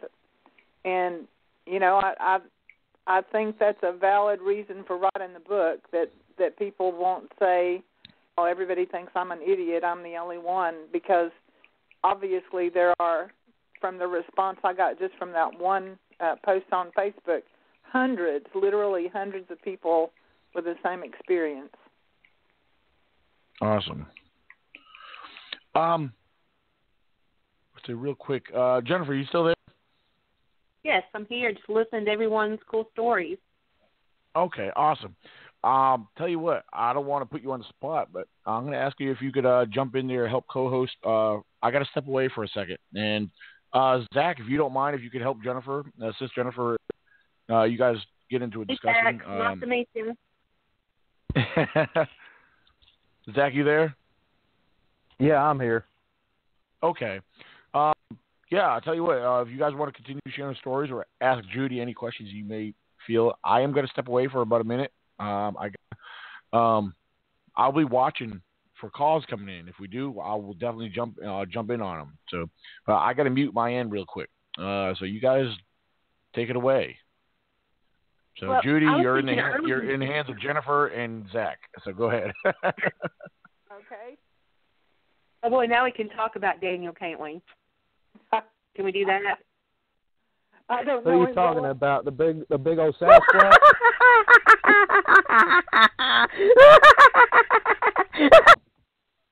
Hey, I heard that. That's why I laughed. That was my laughter. Now I will mute myself. You guys can talk about me now. I'll be back in a couple minutes. Okay. Right. This is where it gets good. No, Judy, seriously, I was thinking while ago listening to your all stories, and the stories that you're gathering for your book or people that are relaying to you, is there certain kind of terrain or area that these panther sightings frequent? The people from Harlan County, I know exactly what that terrain looks like, and it's woodlands, mountains, boulders, streams, kind of isolated, but the people from other places that have sent stories can tell you the highway that they saw them on, like the crossroads of Highway 30 and whatever. So apparently they're seen in many. It depends on the area you live in, but they are seen in different kinds of places. Here in Harlan County, the ones that I know that have been seen are mostly in the mountainous terrain, woodlands, open fields on top of the mountains, really rugged terrain with a lot of small game like rabbits and easy prey. Right. I just didn't know if it's in our neck of the woods, if it was still, pretty deep in the woods where the stories are taking place and the sightings. It's become an everyday occurrence now for our black bears to be in our backyard or come into our house, even. But I didn't know if you had gotten any stories about big cats, coming down into the neighborhoods now in this area. Well, don't you have a story from someone in your neck of the woods where they saw one by the church in the graveyard? Yes, just about a half a mile from my house, actually, a few years ago. A notable man within our community, a businessman. He was going down the road early one morning, and I saw it. He swears up and down, Black Panther, in the cemetery right by the road, and it's several houses around. So yeah. And that's getting pretty close to home. Go ahead. I saw one on the cliff beside of the road at Martins Fork Lake and Martins Fork Dam about 20 years ago in December after dark, and I was taking my mom back out after I got home from work to go Christmas shopping. And it was sitting on a cliff it just looked like, a beautiful statue or something. And it's when the headlights hit on it and you saw that eye shine, greenish yellow eye shine, it just kind of rolled its head away from the headlights, and its tail was wrapped around the front of it. It was front paws were down, sitting on its back haunches with its tail wrapped around, and looked like it had a care in the world, just sitting up there watching the cars go by, I guess, or watching for little prey. But that was right beside of Martins Fork Dam. They're here because when you bring up the conversation to anybody, everyone's got a story, don't they? definitely do. I was doing a storytelling session at Pine Mountain Settlement School in Harlan County one year, and I decided that I would just kind of do a survey of the people who passed through to see how many had seen panthers personally, and it was like an average of 7 out of 10 people said that yes, they had seen a black panther on the north side of Pine Mountain. I just wonder if, me and you have became friends with some of our local guys with Kentucky Fish and Wildlife, good guys. I just wonder if part of the hesitancy to go on record and say they're here is, do you think there's panic's too strong of a word, but do you think there is a fear? Well, first of all, they don't not only deny that they're here, they deny that they exist. So 2 whole different issues, denial all the way around, that there is no such species that lives now or ever has lived in the United States. Nothing, no black panther as an independent species. They say that they're melanistic phase of the Florida jaguar, cougar, leopard, whatever, but they scientific record absolutely denies the existence of any feline species of black panther. Did you know that? Nope. I will say this. I think that's, they don't want to, people don't want to be the one when all the bigwigs are saying they don't exist, they're not here. The professional people especially that probably don't want to be ridiculed from Frankfurt or from their higher-ups, I think are very hesitant about sharing publicly what they've seen. I will say this. When I was a newspaper reporter a few years ago, I was interviewing a Fish and Wildlife guy, some information about black bears, went off the record with him about panthers. And he said, okay, Jen, this is totally off the record, right? And I said, yeah. And he said, they're here. So there you go. Judy, I'm back. I do want to mention to you that Ernest, that was sharing his story from West Virginia, he mentioned on the live chat, he said, Judy, you have my permission as far as share his story. I copied and pasted his comment under your Facebook Messenger, and he provides an email on there if you need more details. So okay, great. Yeah, anybody that can send in an email that wants to communicate a story, that would be awesome. Absolutely. Go ahead. I'm sorry. A funny point about people who have seen and see on a regular basis. I can't remember who told me, but they said that the trash collector guys in this county that are out on the roads, pre-dawn, picking up trash, and school bus drivers are people who have absolutely seen Black Panther, and had one report from the trash collector people that they had seen them, had seen a dead one beside of the road, picked it up, threw it in the back of the trash thing because they were afraid of, I don't know if they were the ones that hit it or what, but they were afraid to come forward with it because some people say there's a $10,000 fine, and some people say, well, how can you have a fine on something that doesn't exist? Yeah. So I don't know about that. There was this one game trail photo that I haven't seen in a while. I think the last time I seen it floating around may have been a year ago. It was a trail cam photo. Some people say it came from Florida. However, on the other hand, some say, I believe, maybe North Carolina or Tennessee. I can't recall the exact location, but it was somewhere along the East Coast. Now, in this picture, one thing I noticed, it was clearly taken at night, but, we know how trail cameras, when they, with the infrared, they show the image pretty clear.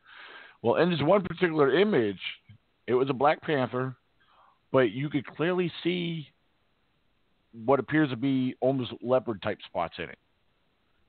Now, is that a part?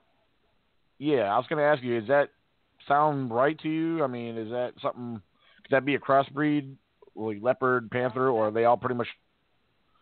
That would be a good example of what they call the melanistic cat. You know, that it's just a leopard, like probably a Florida jaguar or something that has that melanistic character of dark fur over top of the spots. But pretty sure I've seen that pictured, and it you can see the leopard spots underneath. Okay, so yeah, you do know what I'm talking about. I'm pretty sure. Yeah, we're probably talking about the same ones. That's what I was curious about. Yeah, like I said, it may have come from Florida, but I thought it was somewhere a little closer here. But yeah, that variety may have well been from Florida. So yeah, I was curious about that one there because I do remember seeing that one. I wish people would come forward and maybe share more if they have them, and not be afraid to share them. Hey, if they got them, there should be nothing to be ashamed of. Like one of the stories and reports I share, I've actually gathered not long ago. It's the next county over from where I live, and I've heard of other reports from there. My parents on the main highway Interstate 64, were up and down several years ago. They believe what they saw across the road on them was a black cat. But right in that general area where that the county over there, it's called Nelson County. That's one of the areas I've heard stories and reports from a lot. One of the most recent one where this one guy said he's seen them run across the field, two of them, and actually on two different occasions. And he actually reported to the Department of Game and Inland Fisheries, and he said they clearly replied to back to him, said they don't exist here. You didn't see it. That ain't what you saw. And I was like, really? Wow. And that ain't the first time I've heard someone tell me that. So that's interesting. I had a guy that responded to the post I put on Facebook and said, I've hunted all over the world, hunted big game all over North America, and I don't know what you think you saw, but I can guarantee that it wasn't a black panther. I'd staked my life on it and $1 million. So I wrote him back and said, well, I hope you're ready to meet the Lord, and I won't hold you to the $1 million. But, I don't care what he hunted where. Once you've seen one, no amount of mockery or disdain is going to blast that out of your image or out of your memory. Absolutely. Not going to happen. I can imagine that people who, I've never seen a Bigfoot. I don't think I'm not weighing in on that one way or the other because I have no experience to compare it to. But if people have the same commonalities in their stories, the same reaction, then who am I to scoff and say, it didn't happen. I don't know what you saw, but you definitely didn't see, panther, Bigfoot, whatever. Oh, yeah. If you saw it, you saw it. Who am I to tell you didn't see what your eyes saw? Even if you take a margin of error, like out of the 600 and something people that responded to that post, okay, we'll say there's a margin of error. Well, how many would that leave out of over 600 people that wasn't an error? Were all 600 and something people, had they all made a mistake? I don't think so. Right. Interesting. One of the things I just did, and I thought I had a lot more than that. I guess I didn't because I got some reports directly through email, and I guess I didn't upload all of them or add them into my blog. But I sent you a link to a blog that shares a few brief. Some of them don't have too much detail, but I shared what was given from with various names. If you want to look into them as well, because I actually have two different blogs relating to a couple of things I published in my blog site relating to mountain lions and cougars, and actually I am going to share both of them to you. Like I said, the first one I shared to you was the reports. So if you want to check into them, you might find them interesting as well. Okay, thank you so much. Yeah. Oh, absolutely. And like I said, the second link I'm sending you is just my personal blog on it. It's mainly talking about the Virginia wildlife. So yeah, you can check that out, and So yeah, I wanted to definitely make sure I let you check them out. So yeah, poor Jennifer. She was glad that I got back. I guess she felt like she was about to lose it. She was doing fine as far as I'm concerned. So this is the first time I've ever co-hosted anything like this, and then you leave me. So it's sink or swim, isn't it? It was a test. Oh, it was a test. Zach's listening. Zach would have left you hanging. Zach would have saved you. That's right. Zach was there.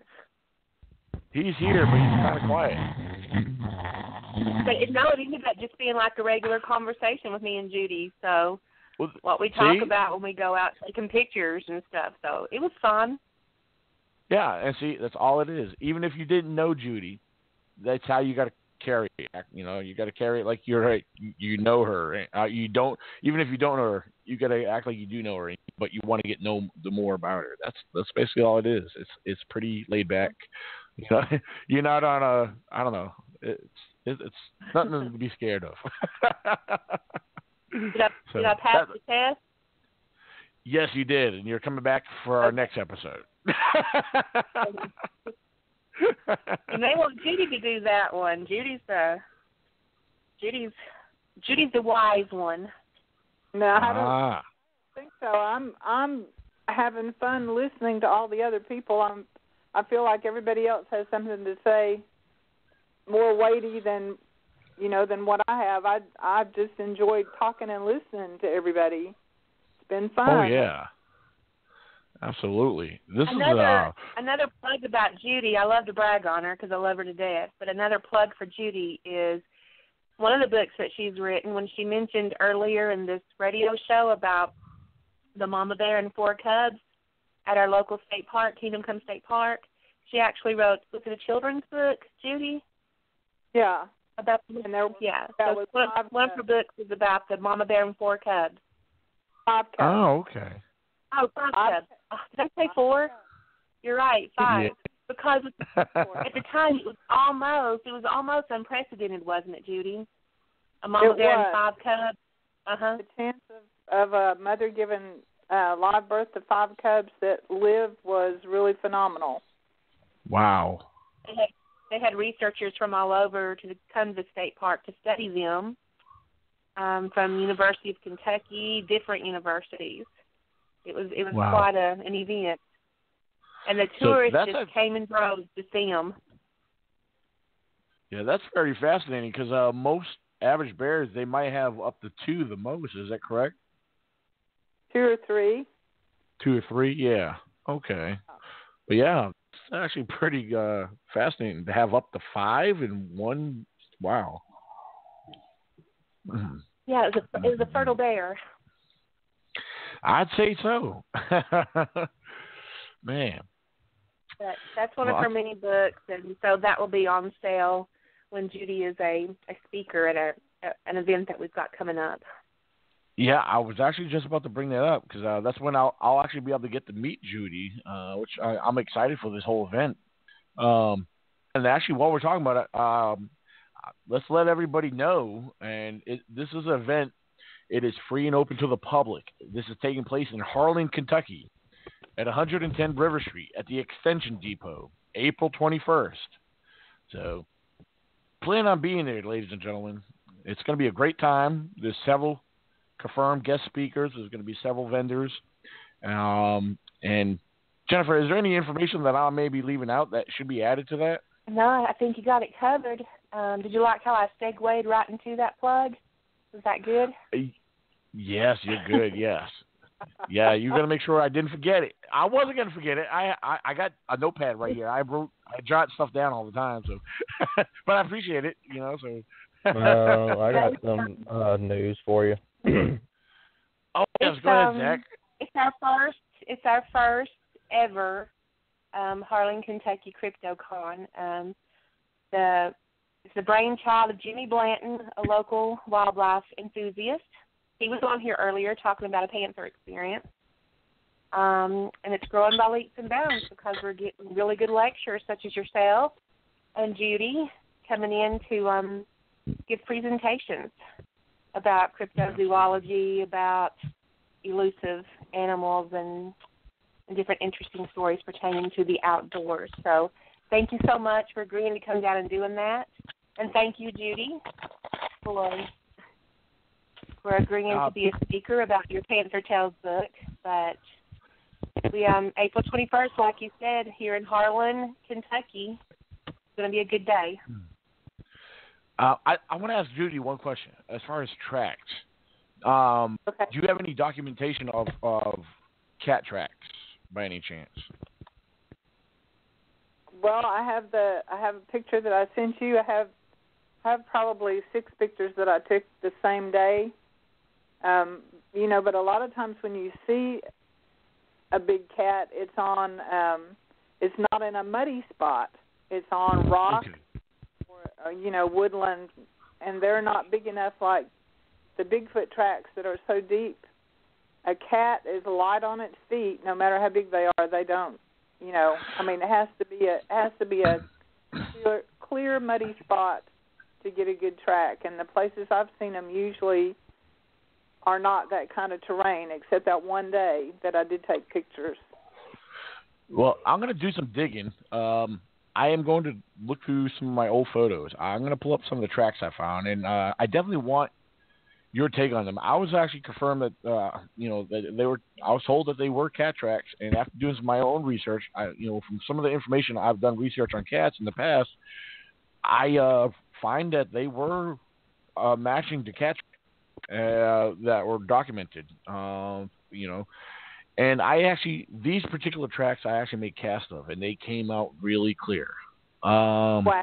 Now, these ones here, I do want to take I'm going to find the pictures of the tracks, and I'm going to show you when I get around to it. I want to send you pictures of the casts I do have. And now, one thing I was told, I had a couple of people say, "Oh, those can't be cat tracks because the claws are shown." I said, I understand that it's a very rare thing to see a cat track with claws retracted. However, one of the individuals confirmed this to be a cat track. He says, because they are in the mud, sometimes depending on the soil, the terrain you step on, sometimes the tracks do, retract. So I definitely wanted your intake on it. Like I said, maybe you may see them differently, and I definitely want your honest opinion about them. Because I feel confident that they are cat tracks. Because I have seen documented cat tracks that look very identical to mine. My question is, I want to know, do you feel or do you agree that some cat tracks can be mistaken for canine tracks? No. Okay. I think there's a distinct difference between canine and cat. Okay. Just the shape of the pug marks, the toes, just the roundedness. Yeah. I guess you could make a mistake between anything, but I think cat tracks are pretty distinctive. Right. From a male cat to a female cat, is there any is there a difference, or do they is there a variance between the two, or does that matter at all? I don't think so, but I really don't know. I'm not proficient in that area. Okay. Yeah, I was definitely curious, on if you knew anything regarding that. But this is very interesting. Like I said, when I get around to when I dig them up and find where I got, as far as the pictures and everything, I will definitely get them to you and let you take a look at that. And like I said, don't be afraid to be totally honest. If you honestly feel or that they're not, I'm not gonna feel disappointed at all, by no means. So, that's one thing. I never actually shared them really openly too much. I have shared them to people where others that say, yeah, those are cat tracks. I was like, okay, cool. Because I really have not gotten any disagreement really with them before. So that's why I just to ease my own mind, I really would like to have more research on them. So I'll definitely, like I said, eventually I will get them to you. Okay. Great. Yeah, most definitely. One more thing here. Let's see what we got. I want to throw another plug in here. for June 30th and July 1st. The ECBRO's first annual Virginia Bigfoot Conference, again, June 30th and July 1st, taking place in Fishersville, Virginia at the Augusta Expo. It's a 2-day event followed by a week-long camping in a Bigfoot hotspot. Camping is free and open to the public. Again, we have several confirmed guest speakers. We got some really great speakers, and we're going to have a great deal of vendors there as well. Bring the children. There's going to be activities, vendors that will cater to the children as well. So it's going to be a great time, great fellowship, and a lot to experience. So we got 2 great events coming up. We got the Harlan, Kentucky CryptoCon, April 21st, and the ECBR first annual Virginia Bigfoot Conference, June 30th and July 1st. And Zach, you had something you wanted to share and plug in there, if I'm not mistaken. Uh-huh. All right, take it away. Well, first off, be ready to go and get ready for whenever this book releases, Lizard Man, Bigfoot, and Friends, the book. Be sure you get ready to buy the book because I got a testimony featured in there. Okay. Very cool. Yeah, I just did the interview the other night with John Stamey. Also, October 19th and 20th, I'm going to be in Kingsport, Tennessee, speaking at the Tennessee Bigfoot Conference with Matt Delph. And, of course, nice. the She Squatchers. Awesome. Can't forget about Very the awesome. She Squatchers. Absolutely. Miss Jen Cruz from the She Squatchers. I know she'll be one of the ones present at the Culture Bigfoot movie premiere on March 17th. And so I've only had interaction with her on social media, so I'll actually get to meet her for firsthand. She is actually one of our speakers as well, her and the other Jen. There's Jen and Jenna. So, we got 2 Jens from the Sheets Watchers, and that will be attending our event. And Jen Cruz, she'll be accompanied by one of the Ohio Night Stalkers to the event here in Virginia, Norton, Virginia, for the Culture Bigfoot movie premiere, a documentary. So I know I'm excited about it. I know Jennifer McDaniel's excited about it. All right, you looking forward to that, Ben? When is the premiere of the movie in Norton? That is over in Norton, March. Judy. You'll have to go. It's March 17th. March 17th. Yeah, March 17th. Absolutely. So, yep. I know there's. I think here in Norton. Yeah, because what's it, about an hour and a half from you, Jennifer? Yeah, it's that much. Probably just a little bit over an hour. Okay. Very awesome. It's, what did I say it was for me? About 4 hours? 3.5, 4 hours or something like that? Yeah. So, yeah, that's something I'm definitely looking forward to. So, yeah. You know what's also interesting about that event? Nah, never mind. Never mind. I'll share that at a later date and time. So, I'll tell you what, we got 3. Do what? You have another announcement? No, I think that's about it. Why, you wanted me to share something? I was just going to mention that I got a real beautiful date that I was being accompanied by down there. So. Oh, well, what? I don't know. You might know her. I don't know if you do or not. Jimmy is awfully pretty. He cleans up really well. You're funny. Zach, you weren't supposed to laugh at that. I'm going to mute you. Oh, kiss my, you know what. Oh, Lord. Well, we both, hey, Jennifer, we both seen Michael Cook with makeup on. That's true. I don't think Judy has yet. I haven't shared that with Judy yet. Oh, no. No. Yeah, you got to show her that. She might get a kick out of that one. Judy, Michael lost a bet once and had to wear makeup. Well, how funny. Yeah. It's quite the sight to see.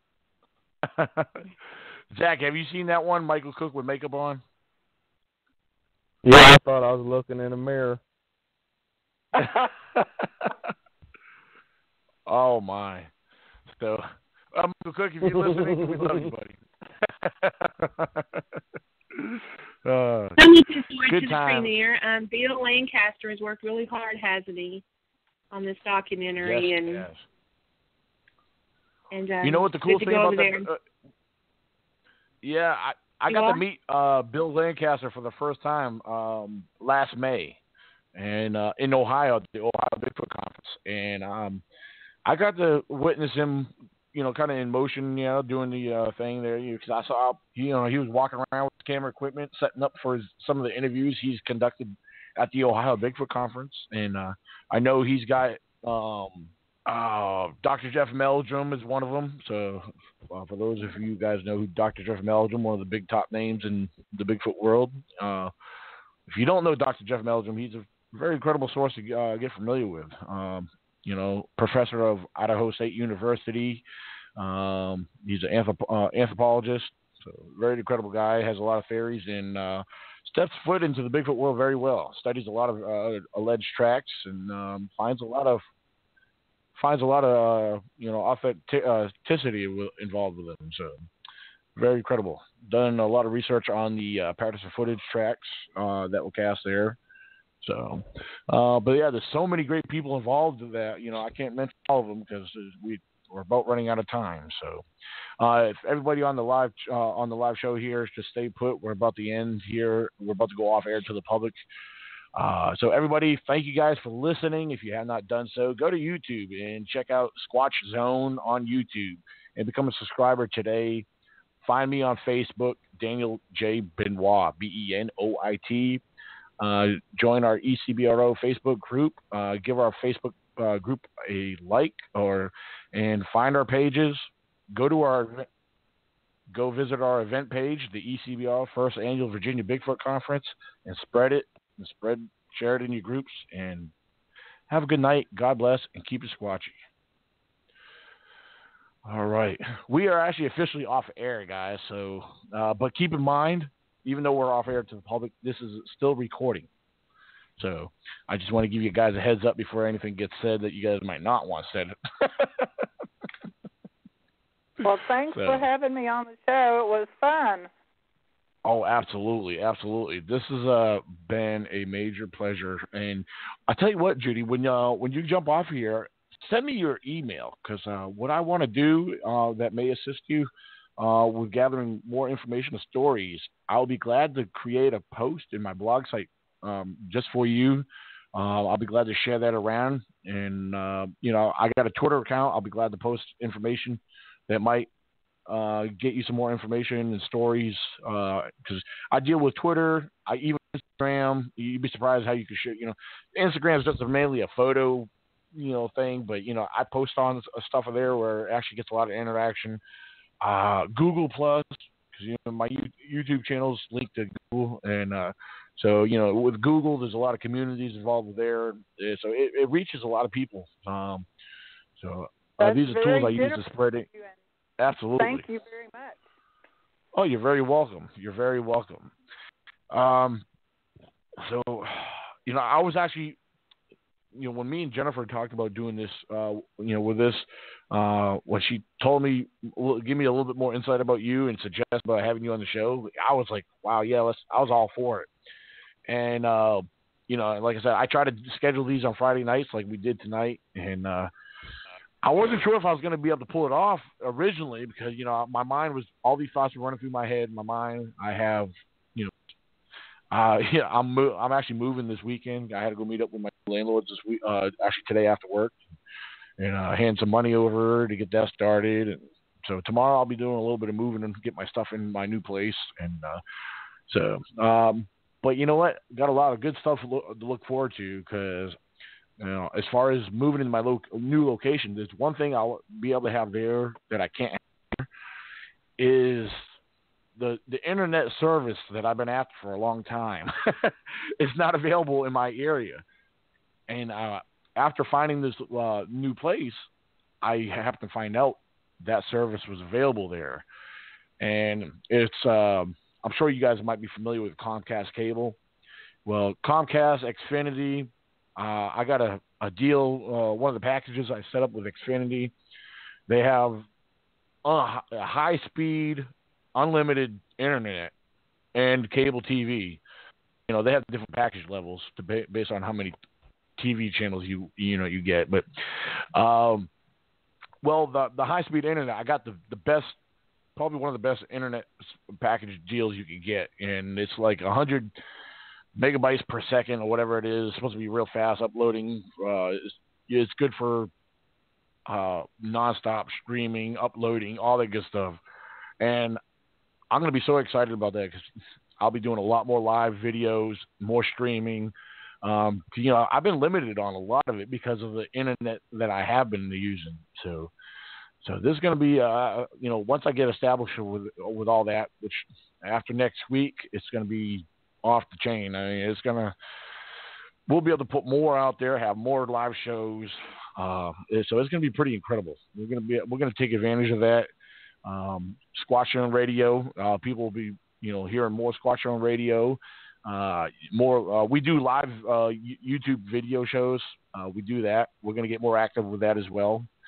We get a lot of viewers, a lot of listeners on YouTube, and people love it. And my YouTube channel is growing. I'm almost at close to 900 people finally. But the thing is, I've had my YouTube channel for a long time. It's just, you know, some people haven't had theirs that long and probably got as much as I do, if not more. I guess some people find me boring. I don't know. So, well, I know my show's going to be picking up. Awesome. Yeah, right now, as of right now, I have 886 subscribers right now. So, but yeah, squatching. I told you Judy wouldn't disappoint, didn't I? Oh, absolutely. She was amazing. I hope I didn't. I haven't done a live radio interview since when we were doing the Black Mountain stuff, Jennifer, when that guy came from NPR. Right. That's been a long time. Judy is like here in Harlan. She's known as Erin Brockovich. Oh, she's being more than generous. Because they wanted to blast the top of our highest peak off for coal mining purposes, and Judy was right there in the middle of all that environmental activity to save Black Mountain, and she made not only national news but like worldwide news. Wow! To save the mountain. Yeah. That was it was a student project that they initiated, and I had the pleasure and common sense to facilitate the students' desire to save the mountain. So it got a whole lot bigger than anybody in Harlan County could have imagined, didn't it, Jennifer? It got huge. Yeah. Wow. And I was a reporter at the time and got right in the middle of it. So. Yeah, Black Mountain is one thing. Before I forget, I talked to Gator Man the other day, my buddy that's been dealing with the cancer. Yeah, how's he doing? He been in the hospital for the past week. I didn't know it till the day he got released. He was in Barnes and Jewish Hospital in St. Louis. What happened was he got an infection in the chemo port they had in his chest, and it went viral, and then he started developing blood clots in his jugular vein. So they've been having him on heavy blood thinners and antibiotics for the past week now. And as far as I know, the 23rd of this month he's supposed to go to have a scan done, and then by March 1st we'll know if he's cancer-free or not.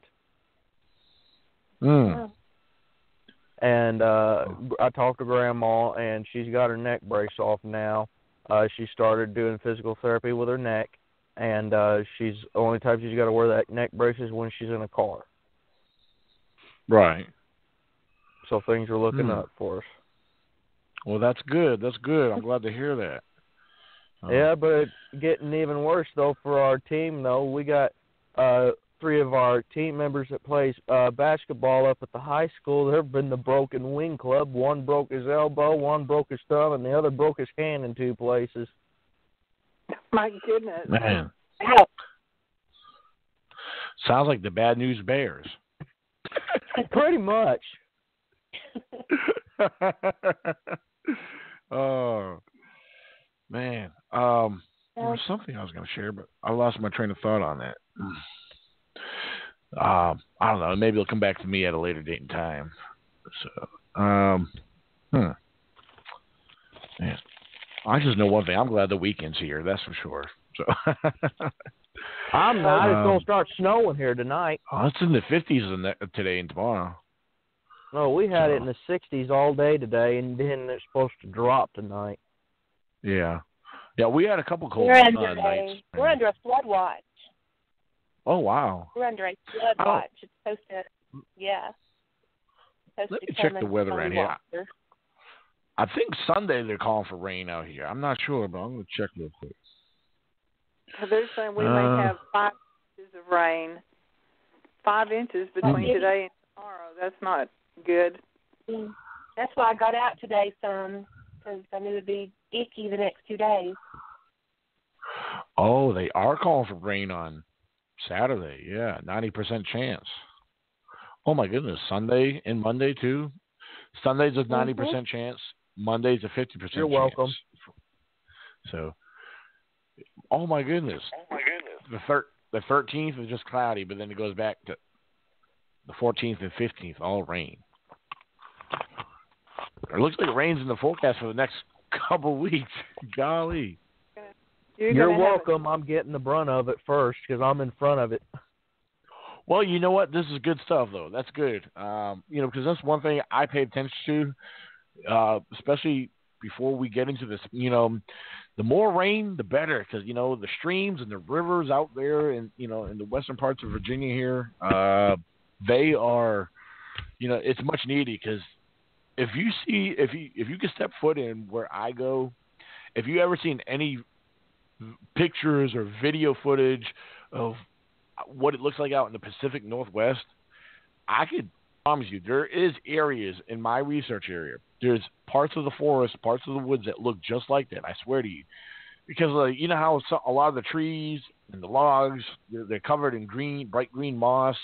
You got these ferns that probably about anywhere from 4 to 5 feet tall. I mean, there's areas out where I go that look like a jungle. It's not all like that, but you got mainly in the pine areas where there's a lot of tall pines. Then if you go further closer towards the West Virginia side, then you might reach more, get a combination of a lot of oaks and maples, and then more into the mountain laurel again out there. The area, the ecology, the basic setting it's amazing. I love it though.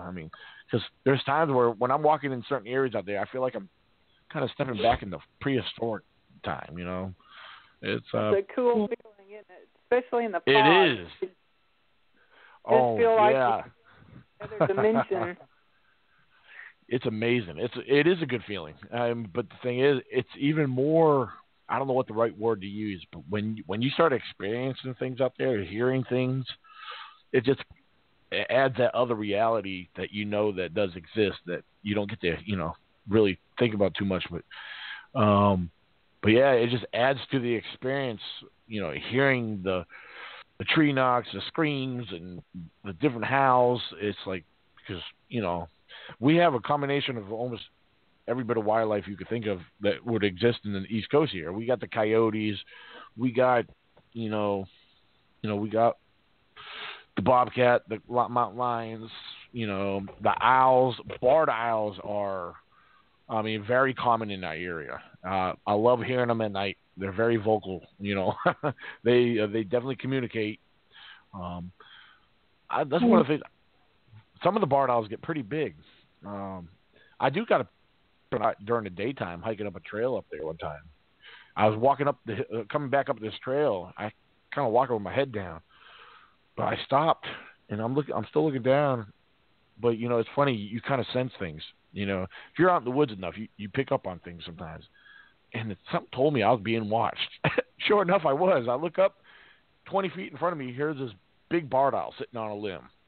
And it stayed there long enough for me to get a couple pictures of it, which was awesome. So, yeah, I got a nice, pretty picture of a barred owl sitting on a pine limb. So, and then it took off after after I took my second photo, it flew off. So, well, I've got to tell you something before we get off here. I know you got to get up and move, and I know you and Jennifer need to talk and rehash, so I'm going to bow out. But I wanted you to know Blanton Forest that's in Harlan County, I have seen those teepee-type structures like you have in your picture of your website. Oh, yeah. Or your Facebook page. I've seen those in many places in Blanton Forest, which is an old-growth mixed mesophytic, probably the same thing you have in Virginia. Or similar, not exact, but similar. But it's someplace you might want to talk to Jennifer about checking out while you're in Harlan County. And thank you again so much, Daniel. It was a pleasure to meet you on the radio. Oh, yes. And I look forward to seeing. Yeah, this is great. Thanks for the stories. Jennifer, thanks for facilitating, and I'll wish you all good night. All right. Thank you again, Judy. You have a wonderful evening. All righty. Bye-bye. Bye. All right. Well, it looks like it's down just to the three of us. So. Majesty was good. Yeah, absolutely. So, I mean, Jennifer, what did you think about all that? I mean, this, you know.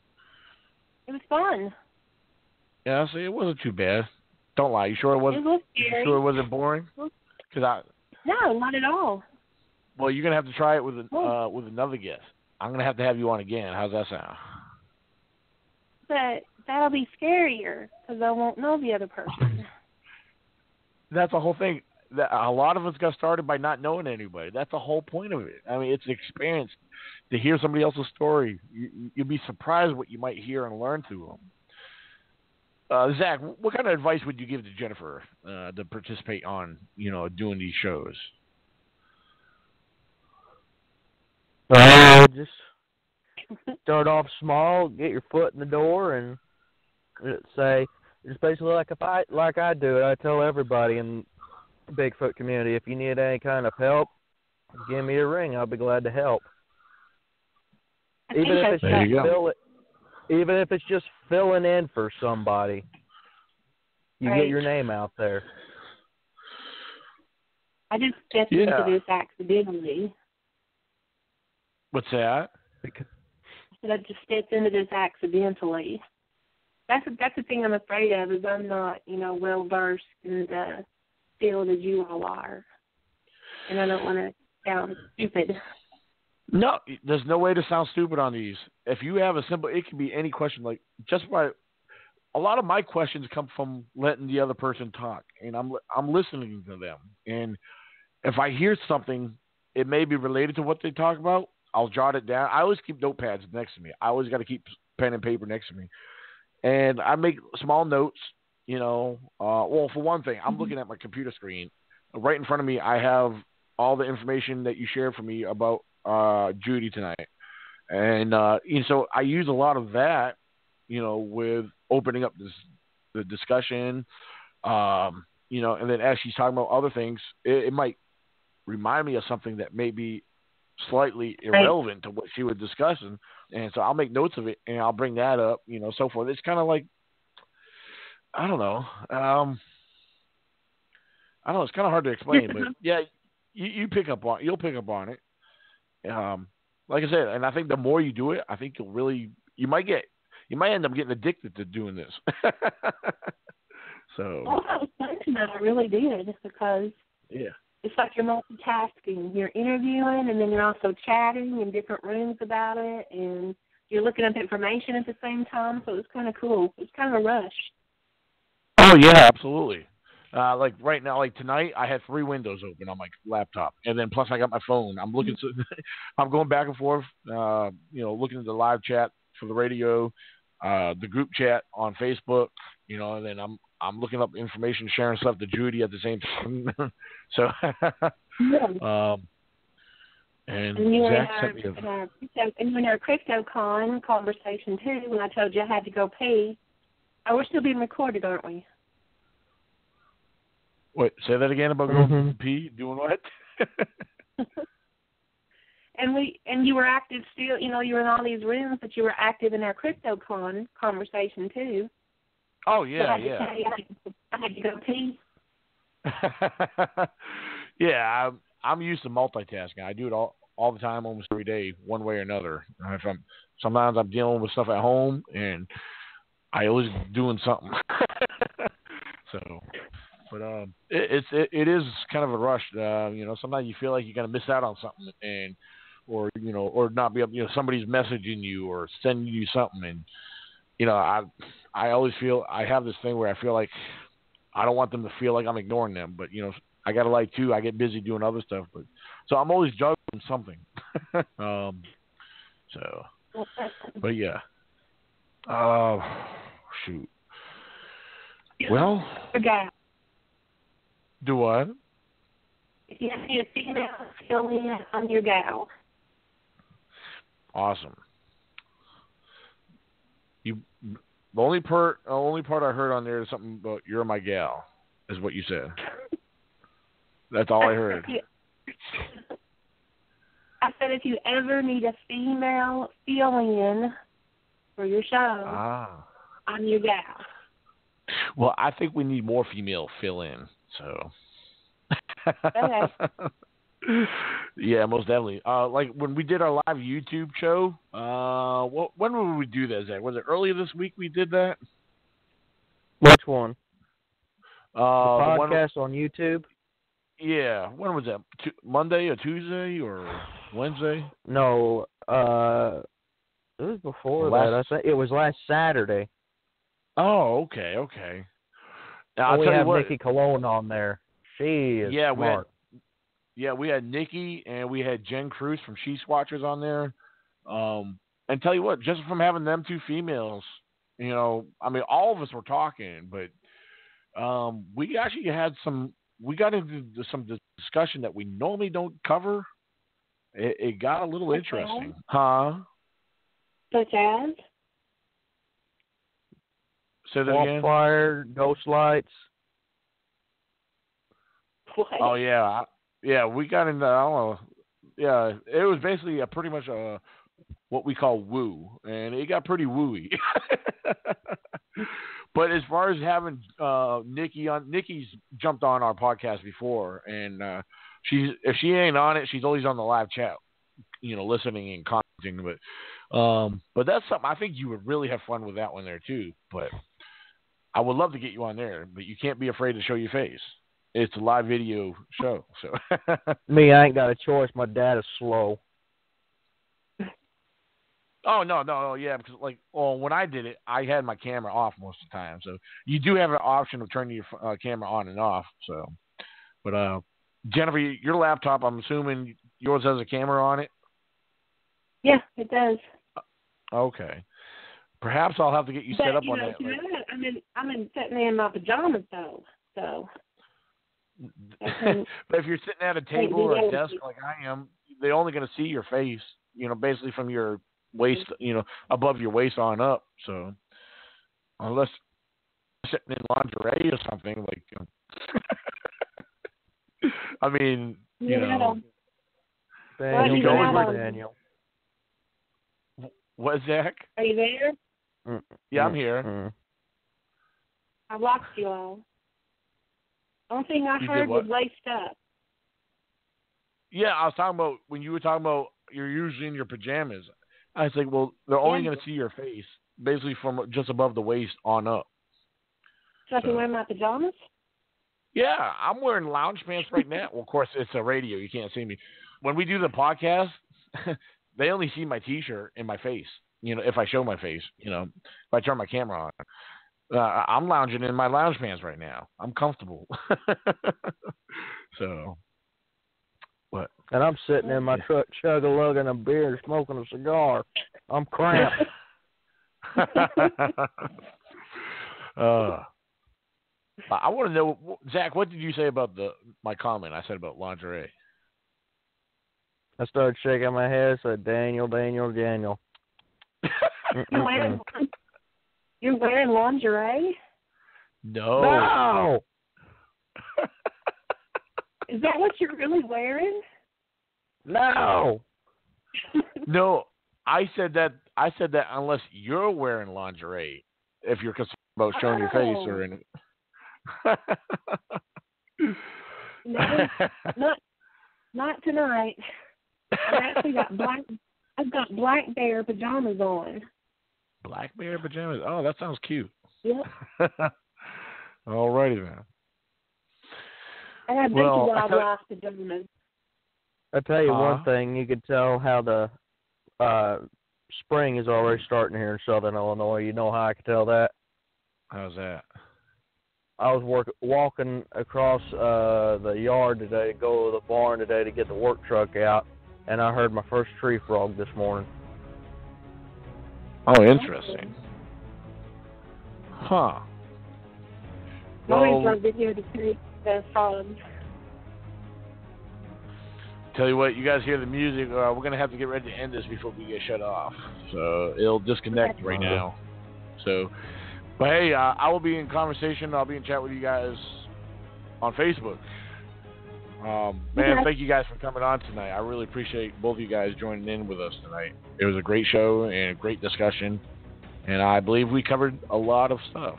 So, yeah. So, thanks for having me. Oh, absolutely. Till next time. Bye. This is your host, Daniel Benoit of Squatch Zone Radio.